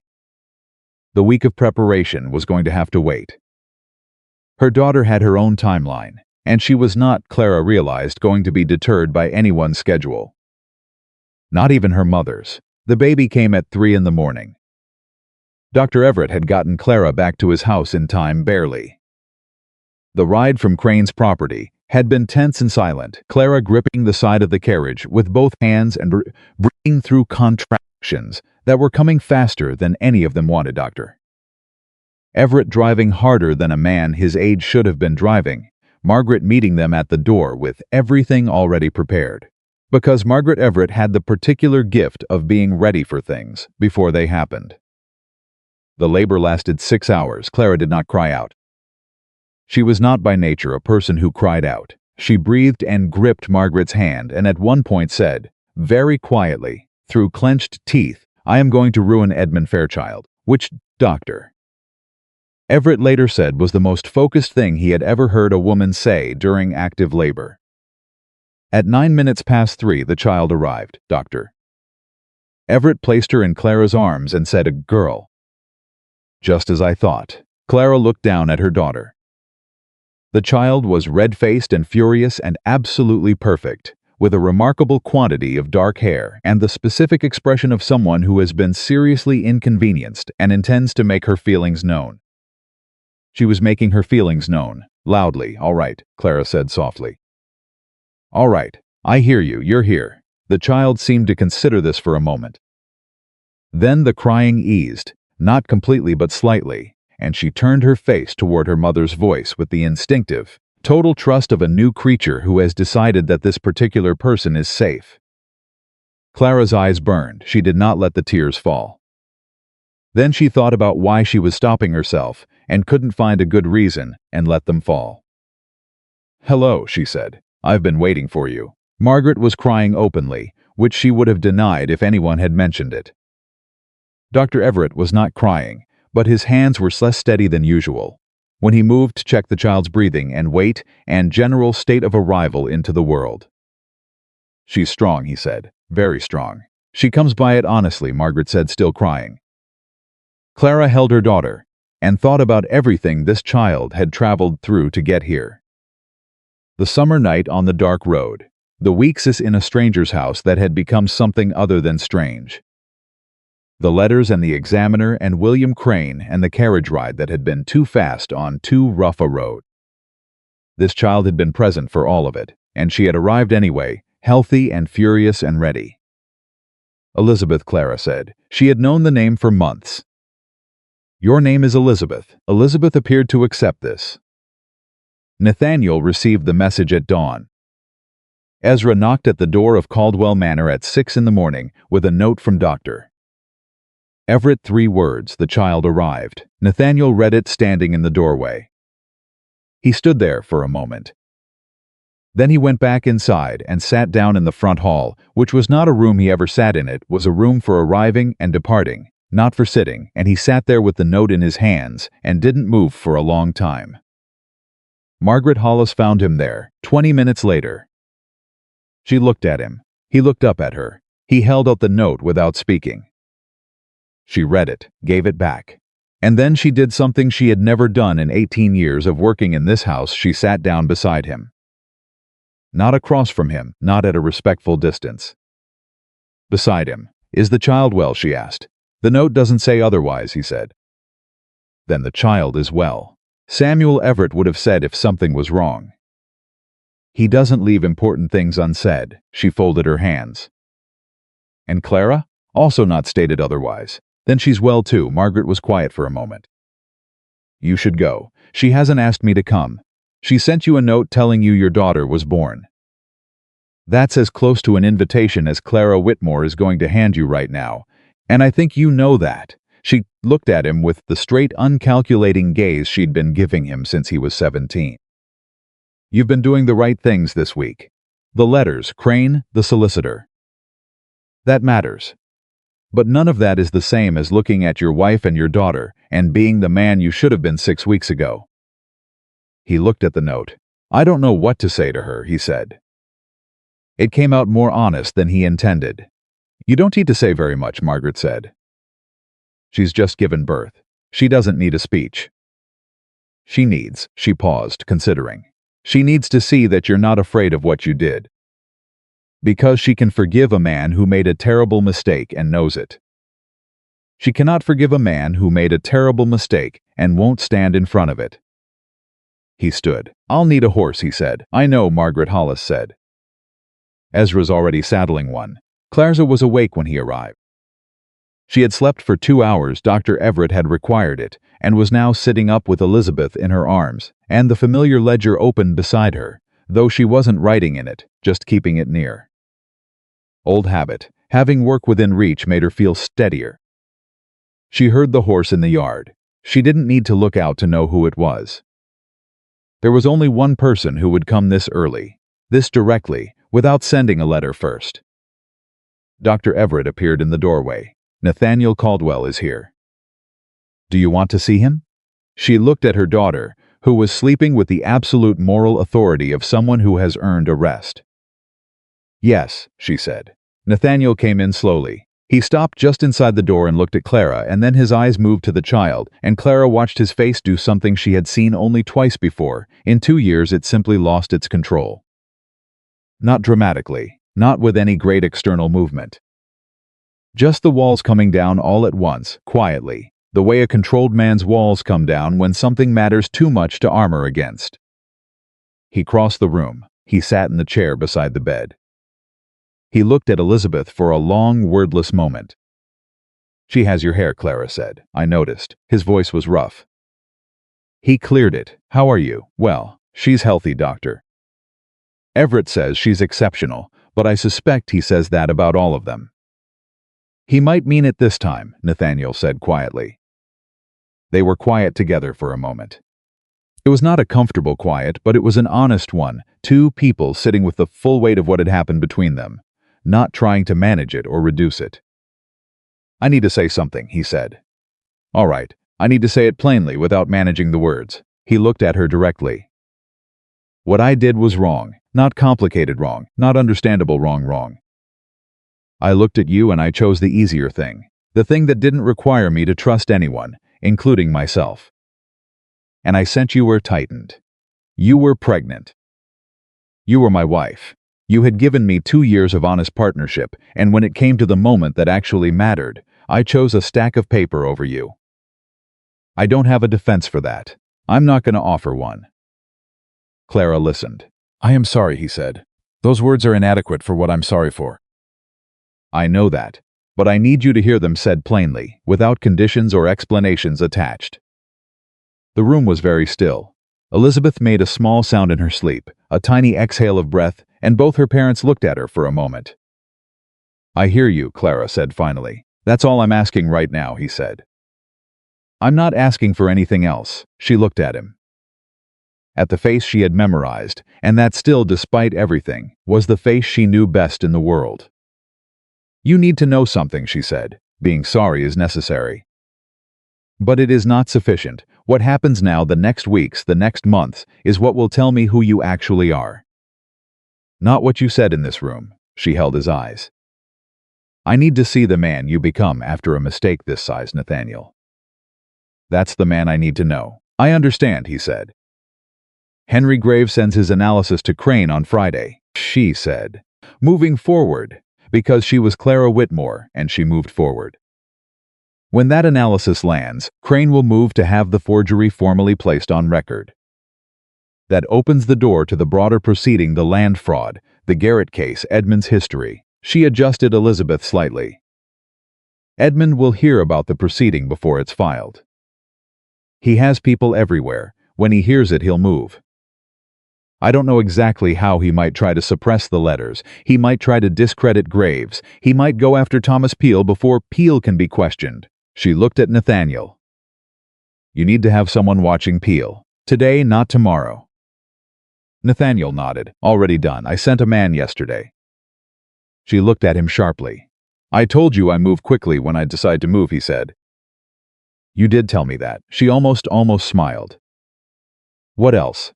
"My solicitor in Richmond has the account records, the real ones, the ones that show nothing was ever moved from the estate accounts to any northern land agent. He's cross-referencing them against the amounts described in the forged letters. The discrepancies are significant and documentable." He leaned forward slightly. "And William Crane sent me a note yesterday saying he'd received a visit from a woman who was 8 months pregnant and had just spent 90 minutes giving him the clearest account of a land fraud scheme he'd heard in 20 years. Clara met his eyes. "He said that?" she asked. His exact words were, and I'm quoting directly, "Your wife is the most organized person who has ever sat in my receiving room, and I suggest you spend the rest of your life being acutely aware of that fact." Nathaniel paused. "I intend to take his advice." This time she did smile. Small, controlled, but real. Elizabeth chose this moment to wake up. She went from completely asleep to fully, loudly awake in approximately 2 seconds, with the same decisive energy she had brought to her arrival in the world. Clara moved to settle her. Nathaniel watched with the focused attention of a man who is committing something to memory. "May I?" he started, then stopped. "Yes," Clara said. She moved Elizabeth carefully, held her out, support her head. He took his daughter. He held her with the careful, slightly rigid posture of someone who is determined not to do this wrong, and Elizabeth looked up at him with the unfocused, profound attention of a newborn encountering a new face. And something happened in Nathaniel Caldwell's chest that he would not be able to describe for years, and would only ever try to describe once, and even then would not find the right words. "Hello," he said quietly. Clara watched him. She was not ready to forgive him. She was not pretending to be. The wound was there, and it was real, and it would take time, and a great deal more than one honest conversation, to become something she could live alongside without pain. She knew that about herself, but she also knew what she was looking at. She was looking at a man holding his daughter for the first time, saying the truest thing he'd said in months, and meaning every word of it. That was not nothing. Henry Graves's analysis arrived in William Crane's hands on Friday, exactly as scheduled. It was 14 pages long, methodical, and devastating in its precision. Graves had examined the 3 letters and compared them against 6 authenticated samples of Clara's handwriting obtained from County Records household registrations, a petition she'd signed 2 years prior. Correspondence on file with the local magistrate. His findings were unambiguous. The pressure variation in the forged letters was inconsistent with Clara's authentic hand in 17 specific instances. The ink composition, analyzed by chemical method, indicated the letters had been written within the past 8 months, not the 14-month span their dates claimed. The paper, sourced to a Richmond supplier, was not a paper that the Caldwell household account had ever purchased. And the lowercase e, noted in 43 separate instances across the 3 letters, was formed with an open top in every single case, a formation that appeared 0 times in any of the 6 authenticated samples. Graves concluded with a single unambiguous sentence. These letters were not written by Clara Whitmore Caldwell. They are the product of deliberate forgery. Crane filed the motion the same afternoon. Edmund Fairchild heard about it by evening. Nathaniel was at Dr. Everett's house when Ezra brought the news, because he had been spending a portion of every day at Dr. Everett's house for the past 4 days, always with a reason that was practical, and never requiring comment papers to review with Clara, questions for Dr. Everett, once simply a basket of things Margaret Hollis had sent that she did not specify and that no one investigated too closely. He was sitting with Elizabeth when the news came. Clara was across the room, actually writing this time, something in the ledger that she said was important, and that he did not ask about, because he was learning, slowly and with some difficulty, the difference between being present and being controlling. Ezra came in with the message from Crane's office. Nathaniel read it. His face didn't change. He had been practicing that. "Crane filed," he said. Clara looked up from the ledger. "When this afternoon?" He handed her the message. "It's on record." She read it. Her face went through something complicated, not relief, because she had been carrying the possibility of this moment for 6 weeks, and the actual arrival of it had a different texture than the anticipation. Something quieter, the feeling of a door closing on one room and another one becoming accessible. "Edmund knows," she said. "By now, yes. Then he'll move tonight or tomorrow morning. He doesn't wait when he's cornered." She stood, which she was doing more steadily now, 4 days after the birth. "What does your man say about Peel?" "Peel is in Fredericksburg. He hasn't contacted Edmund since Monday. That might mean Edmund already has what he needs from Peel. Or it might mean Peel is pulling back." She thought for a moment. "Peel is frightened. He has been since I ran into him at the post office. A frightened man with a way out will take it." She looked at Nathaniel. "Give him a way out. What does that look like?" "It looks like someone not you. Someone he doesn't associate with Caldwell interests. Letting him know that the proceedings are moving, that cooperation would be noted, and that the alternative is to be named as an accessory to the fraud when the formal questioning begins." She held Nathaniel's eyes.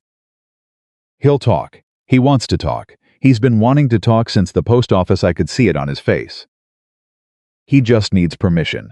Nathaniel considered this for 3 seconds. "Crane can send someone," he said. "Crane has standing to approach a witness." "Ask him tonight," Clara said. "Not tomorrow, tonight." He was already moving toward the door. "Nathaniel," she stopped him. He turned. She crossed the room and held out the message from Crane's office. "Take this. You'll need it." Their hands touched briefly when he took the paper. Neither of them commented on it. He went out. The twist came the next morning. Thomas Peel did not wait to be approached. He arrived at William Crane's office at 8 in the morning with a document folder and a lawyer he had hired himself overnight, and he sat down across from Crane and said, in a voice that was shaking but steady, "I want to tell you everything I know about Edmund Fairchild. I want to do it on the record, and I want whatever protection this office can offer me for doing it." Crane sent for Nathaniel. Nathaniel sent for his solicitor. By noon, the room at Crane's office held Crane, Nathaniel, two solicitors, Thomas Peel, and a county clerk taking formal record. Thomas Peel talked for 4 hours. He had been Edmund's man for 7 years. He had been recruited when his own business had been failing and given a lifeline that turned out to be a chain. He had facilitated 3 separate land fraud schemes before the Caldwell situation, not the Garrett case, that had been earlier, and in each one, his role had been to provide internal information about the target properties, access to correspondence, knowledge of the personalities involved. In the Caldwell scheme, he had been the one to obtain samples of Clara's handwriting from the post. He had an arrangement with the postal clerk, which the clerk would also be answering for. He had provided those samples to Edmund, who had taken them to the forger. He had been present at 2 of the 3 meetings with John Sutton. He knew the name Sutton used. He knew where Sutton operated. He knew the timeline of the commission and the specific content decisions that had been made about the letters. And he knew one more thing, something that landed in the room like a thunderclap. Edmund Fairchild had done this before, to the Caldwell family specifically. Not 10 years ago in the South County, not with the Garretts. 14 years ago, when Nathaniel's father was still alive. Edmund had engineered a smaller scheme, a less sophisticated version of the same method that had stripped the Caldwell estate of 3 eastern parcels in what had appeared to be a legitimate legal dispute. Nathaniel's father had believed, until his death, that those parcels had been lost through his own poor business judgment. They hadn't been. They had been taken. Nathaniel sat in that room and heard this and said nothing for a very long time. Crane looked at him carefully. "Mr. Caldwell." "Keep going," Nathaniel said. His voice was completely level. "Let him finish." Peel finished. The formal record was sealed and signed. Peel's lawyer negotiated the terms of his cooperation. Crane began drafting the expanded proceeding that now included not just the forgery of Clara's letters but 3 prior instances of land fraud, the corruption of a postal clerk, the commissioning of criminal forgery, and a 14-year pattern of deliberate predation against multiple Virginia families. Edmund Fairchild was going to face every single count. Nathaniel rode directly from Crane's office to Dr. Everett's house. Clara was nursing Elizabeth when he came in. She looked at his face and knew immediately that something had broken open.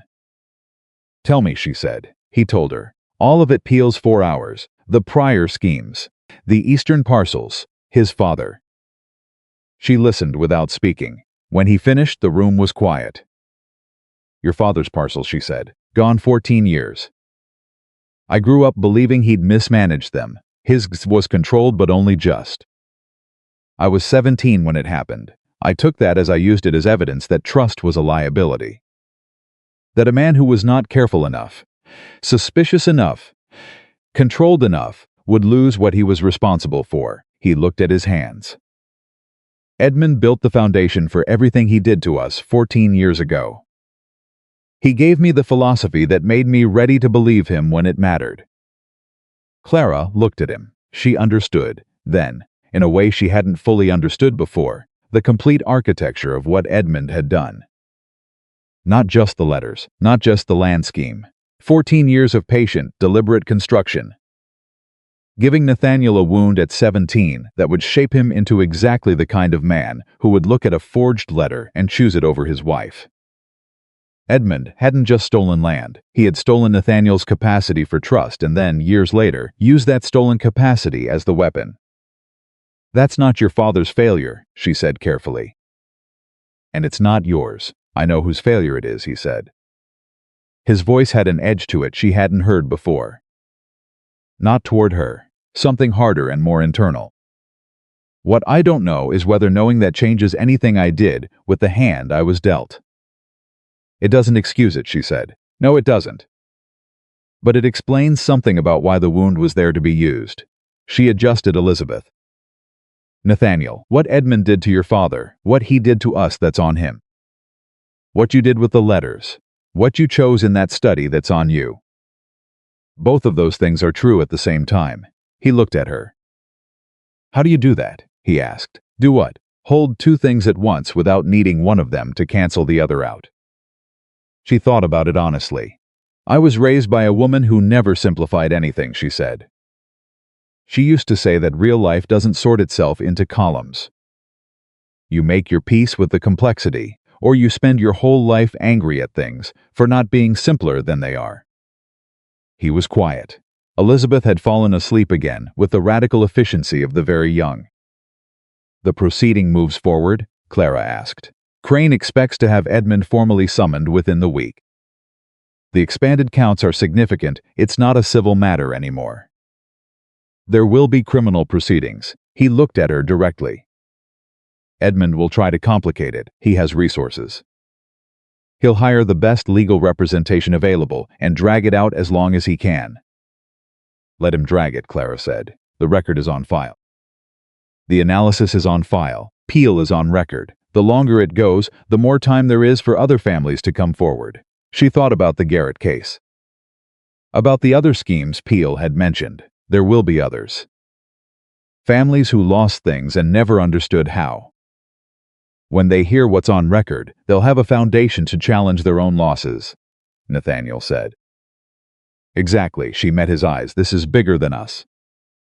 It was always bigger than us. He sat with that for a moment. Then Clara, the estate. There are things I want to do differently. The northern parcels, the way the accounts are structured, the arrangement with the workers. I've been thinking about what you said the first winter, about the harvest workers' housing. One thing at a time, she said, not unkindly. Right, he pulled back. Then carefully, is there any possibility that you would consider coming back to the estate? Not as a condition, not as an expectation. As a question, that you can answer any way you need to. The room was very quiet. Clara looked at her daughter. At the man across from her. At the 4 weeks of evidence she'd been collecting, not legal evidence, personal evidence, the kind that accumulated in small moments and couldn't be put in a ledger. The way he'd sat with Elizabeth that first morning. The way he'd listened when she spoke without redirecting or managing. The way he'd moved the same day she asked him to, every time she asked. The way he'd sat in Crane's office and said keep going when he was hearing something that was destroying him. Because the truth mattered more than his own pain. It wasn't sufficient, not yet, but it was real. Ask me again in a month, she said. He nodded immediately, no argument, no negotiation. Just acceptance. And Nathaniel, she held his eyes. When you ask again, have an answer ready for what it looks like. Specifically, not come home and things will be different. What will be different? How? Why I should believe it. She kept her voice even. I need more than intention, I need architecture. He looked at her steadily. I'll have architecture, he said. She believed him. That was new. That was, she thought, possibly the most important thing that had happened in this room. Edmund Fairchild received his formal summons on a Tuesday. He was, according to the account that reached Clara 3 days later through Dr. Everett, who had it from the county clerk who had been present, very controlled about it. He read the document twice, folded it carefully, thanked the man who delivered it with precisely the manner of a man who is not surprised, and asked for his carriage to be brought around. He spent the afternoon with his lawyers. He spent the evening alone. He did not, as far as anyone could determine, send a single message to anyone. Edmund Fairchild in silence was, Clara suspected, the most dangerous version of him. She said so to Nathaniel, who was at Dr. Everett's house. That evening it had become understood, over the past week, that he would be there in the evenings, and that this was acceptable. And that Margaret would have opinions about the arrangement that she would express through the medium of sending increasingly elaborate food baskets, via Ezra. He's planning, Clara said. I know, Nathaniel said. He's not going to simply answer the charges. He's going to attack the process. Graves Peel, the method by which the letters were obtained. He can try, Nathaniel said. The letters were in my desk. My housekeeper moved them. That's my household property, managed by my employee, on my instruction, which it effectively was, even if the instruction was indirect. He shook his head. He doesn't have the angle he thinks he has. He'll find another one, Clara said. Probably. Then we find it first. She shifted Elizabeth, who was awake and regarding the ceiling with the solemn attention she brought to most things. There's something Peel said about the third scheme, before ours. A family in the northern county, the Wayfields. I know the name. Find out what they lost. Find out if they have any documentation they kept. Find out if they'd be willing to speak to Crane. She looked at him. The broader the record, the harder it is to attack any single piece of it. Nathaniel pulled out the small notebook he'd started carrying, the one where he wrote down the things she said that needed action, and wrote it down. She noticed him writing. She had not told him to carry the notebook. He had started doing it on his own. She noticed. She said nothing. But she noticed. The Wayfield family had kept everything. That was the first thing Nathaniel told Clara when he came back from the northern county, 3 days after she'd asked him to find them. He sat down across from her at Dr. Everett's kitchen table, put a leather document case on the surface between them, and said, 13 years. They kept 13 years of records in a trunk under the floorboards of their barn, because Daniel Wayfield told his wife the day they lost the northern acreage that something was wrong, and he intended to prove it someday. Clara looked at the document case. How much? She asked. Enough. Correspondence between Edmund and a land agent that references the Wayfield dispute in terms that only make sense if Edmund had prior knowledge of the outcome. Payment records that don't match any legitimate transaction the Wayfields initiated. And Nathaniel paused. A letter from Edmund to John Sutton. Not referencing the Wayfield forgery directly, but establishing a prior working relationship dated 11 years ago, which places Sutton in Edmund's employ before our letters were commissioned. Clara set her hand flat on the table. That connects them, she said. Directly, in Edmund's own handwriting. Crane needs this today, she said. I'm writing there after this. She looked at him across the table. He had ridden to the northern county, and back in 3 days, which meant he had not slept more than a handful of hours, and he looked it tired, travel-worn, and completely focused. The notebook was on the table beside the document case. She could see writing in it notes from the Wayfield visit, dense and organized. You should eat something first, she said. He almost smiled. Margaret Hollis said the same thing. Margaret Hollis is consistently right, Clara said.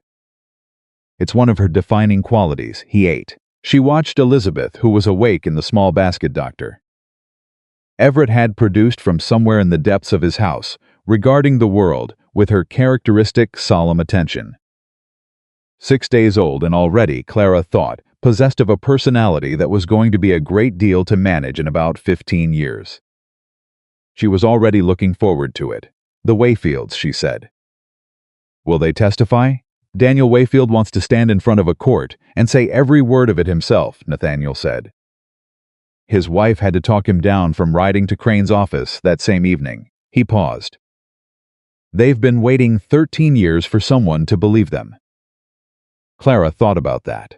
About 13 years of knowing something was wrong and having no one with the standing or the will to help them prove it.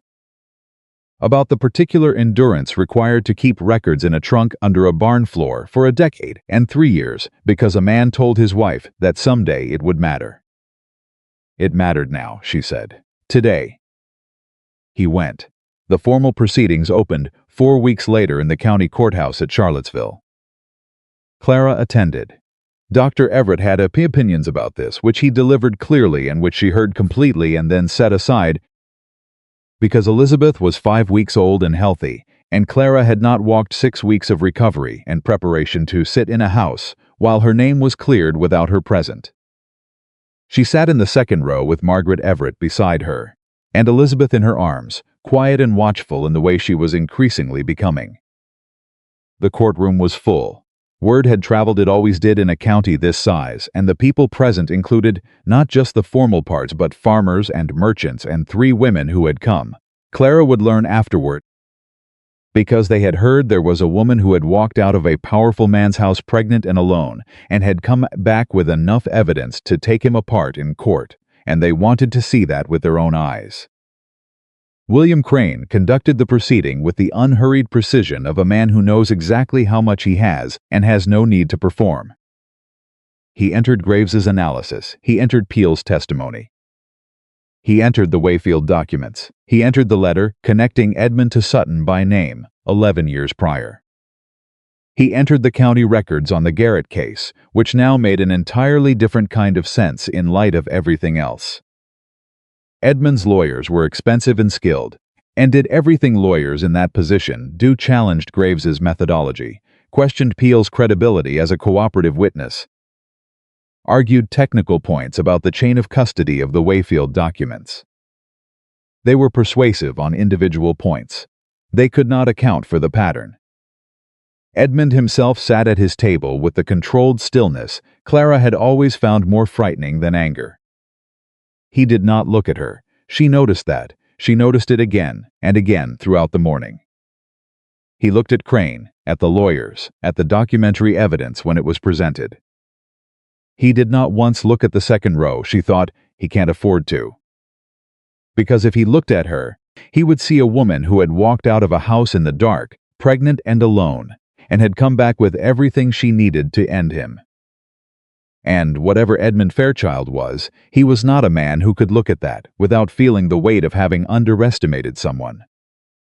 And Edmund, she had come to understand, could not afford to feel anything that complicated in a public room. So he didn't look. She did not look away. The moment the proceedings turned came at 11 in the morning, and it was Thomas Peel who turned them.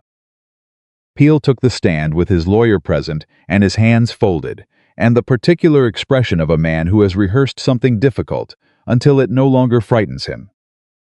He answered Crane's questions in a clear, steady voice. He described his role, the timeline, the meetings with Sutton, the postal arrangement. He described the specific conversation in which Edmund had told him that Clara Whitmore needed to be removed from the Caldwell estate before she identified the discrepancies in the northern accounts.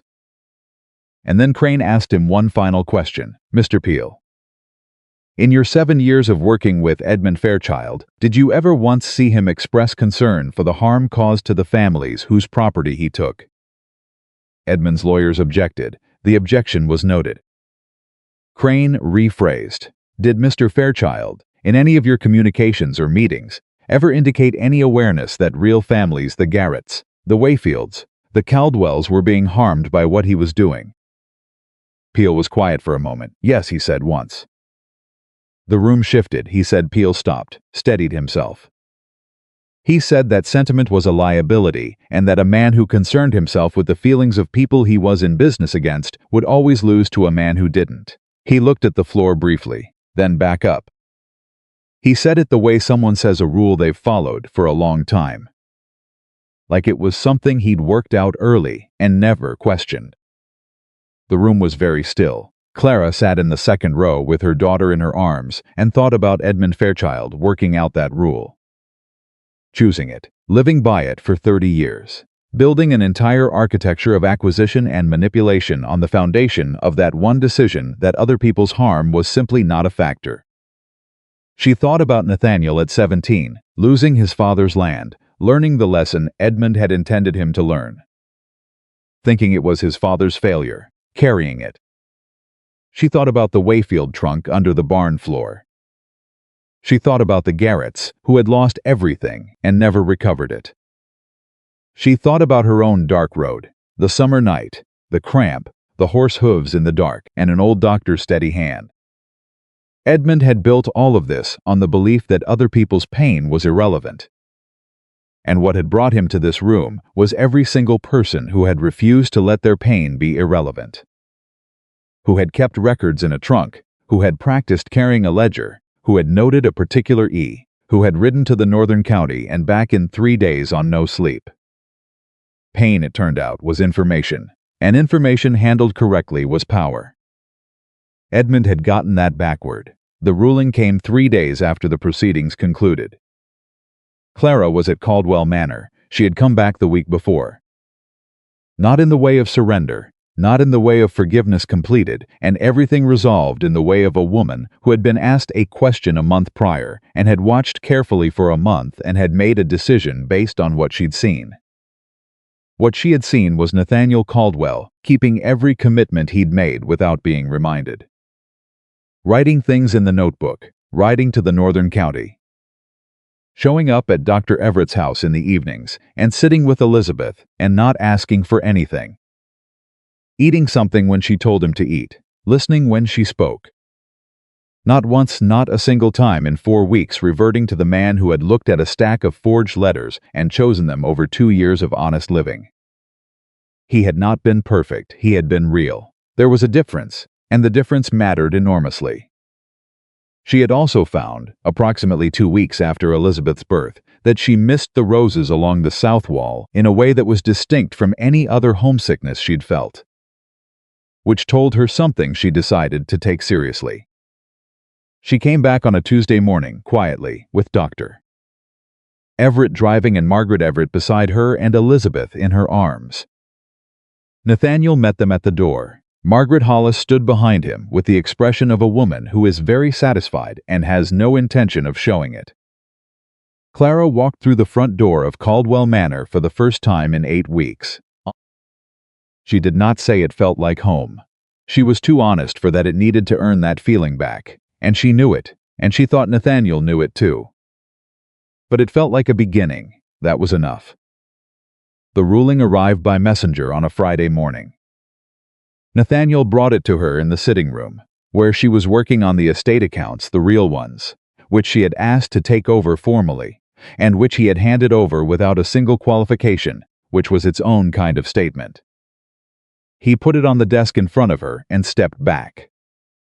She picked it up and read it. Edmund Fairchild was found liable on all principal counts. The Northern Land Agreement was voided in its entirety. The forgery of the letters attributed to Clara Whitmore Caldwell was placed on the formal record with Edmund named as the commissioning party. John Sutton had been located in Richmond and arrested. Thomas Peel's cooperation was formally acknowledged.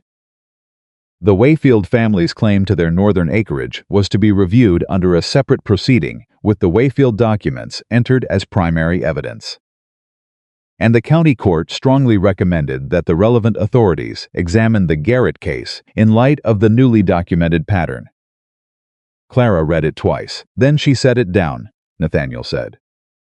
The Garrett proceeding isn't done, she said. The Wayfield review isn't done.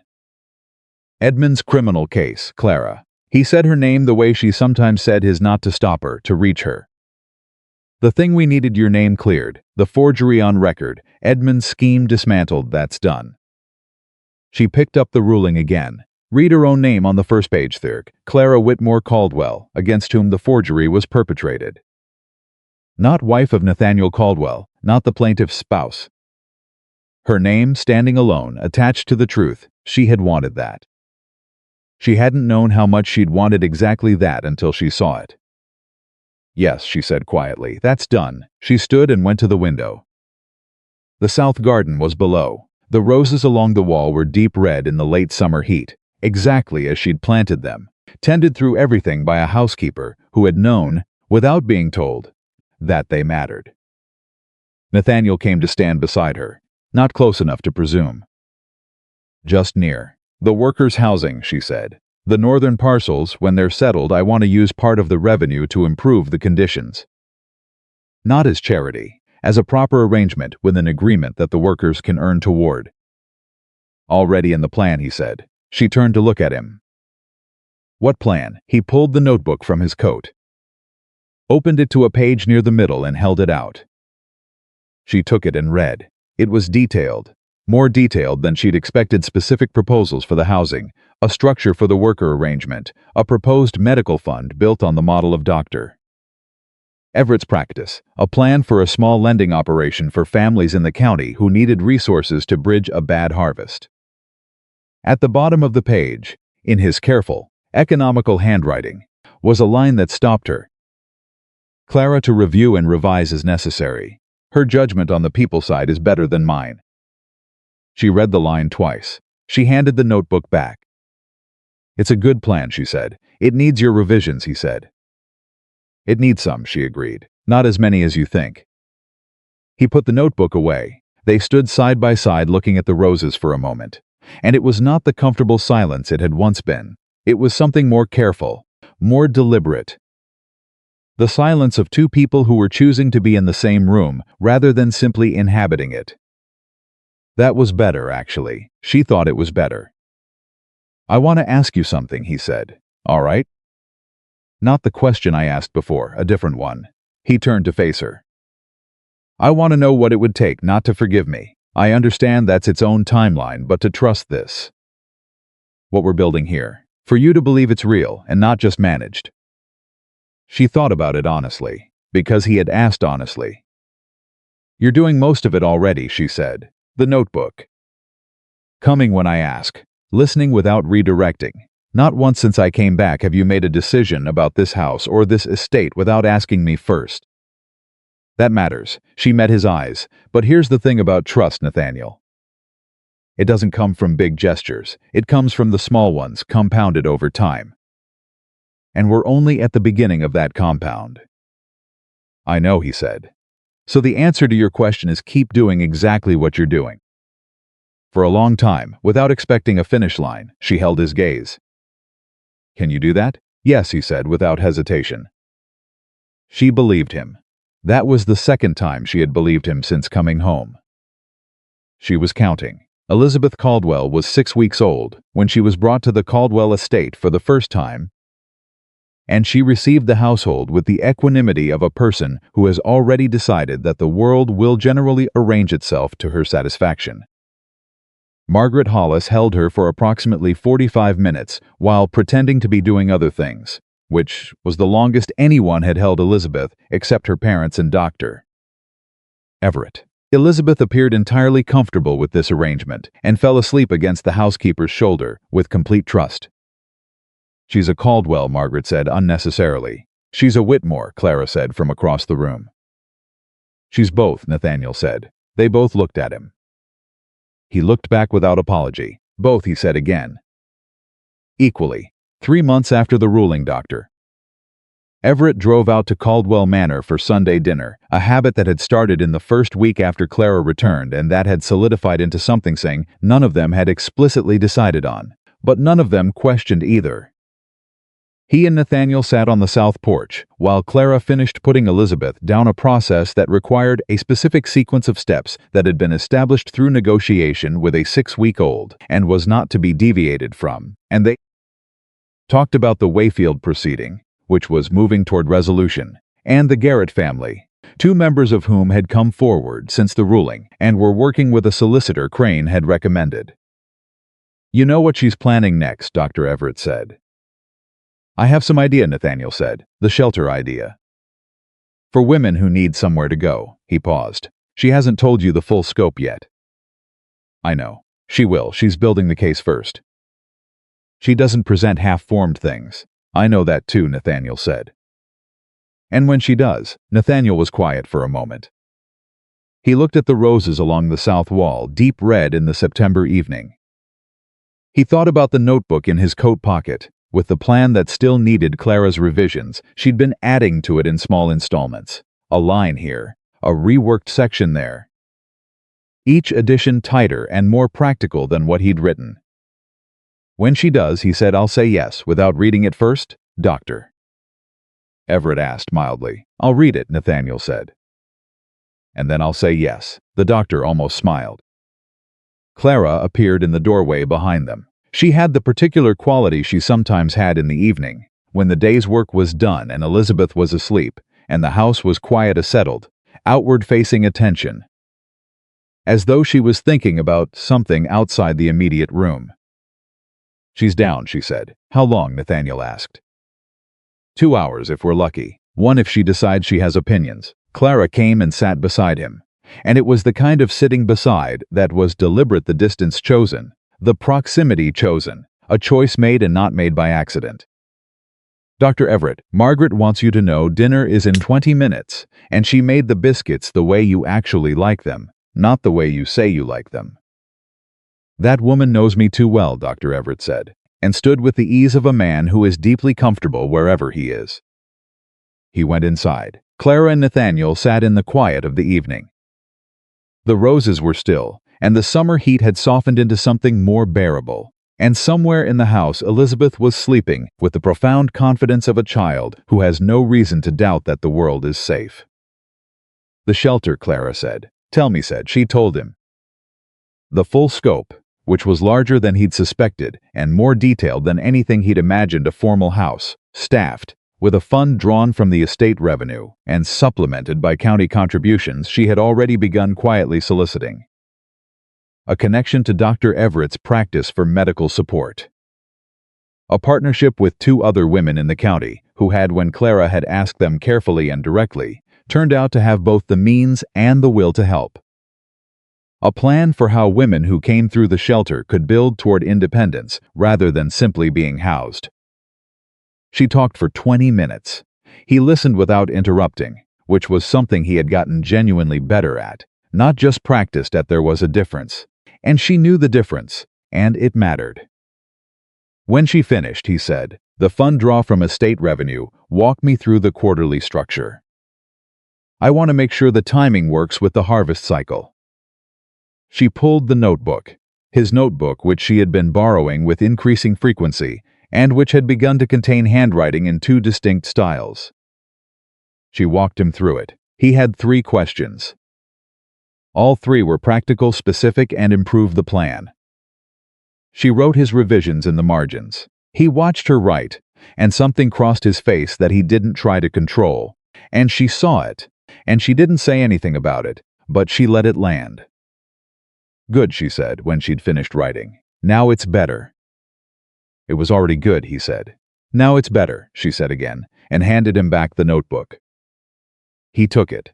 Their hands touched and neither of them pulled back, and the moment lasted exactly as long as it needed to and no longer. That evening, after Dr. Everett had gone home and Margaret Hollis had retired and the house had settled into its nighttime quiet, Clara stood at the window of the room that was again hers.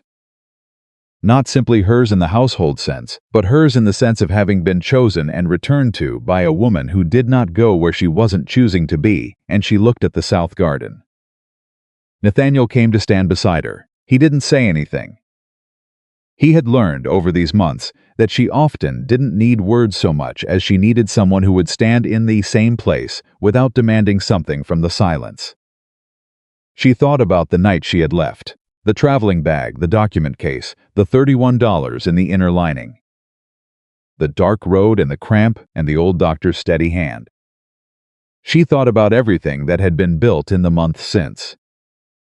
Not rebuilt, that wasn't the right word, because what existed now was not the same structure that had existed before.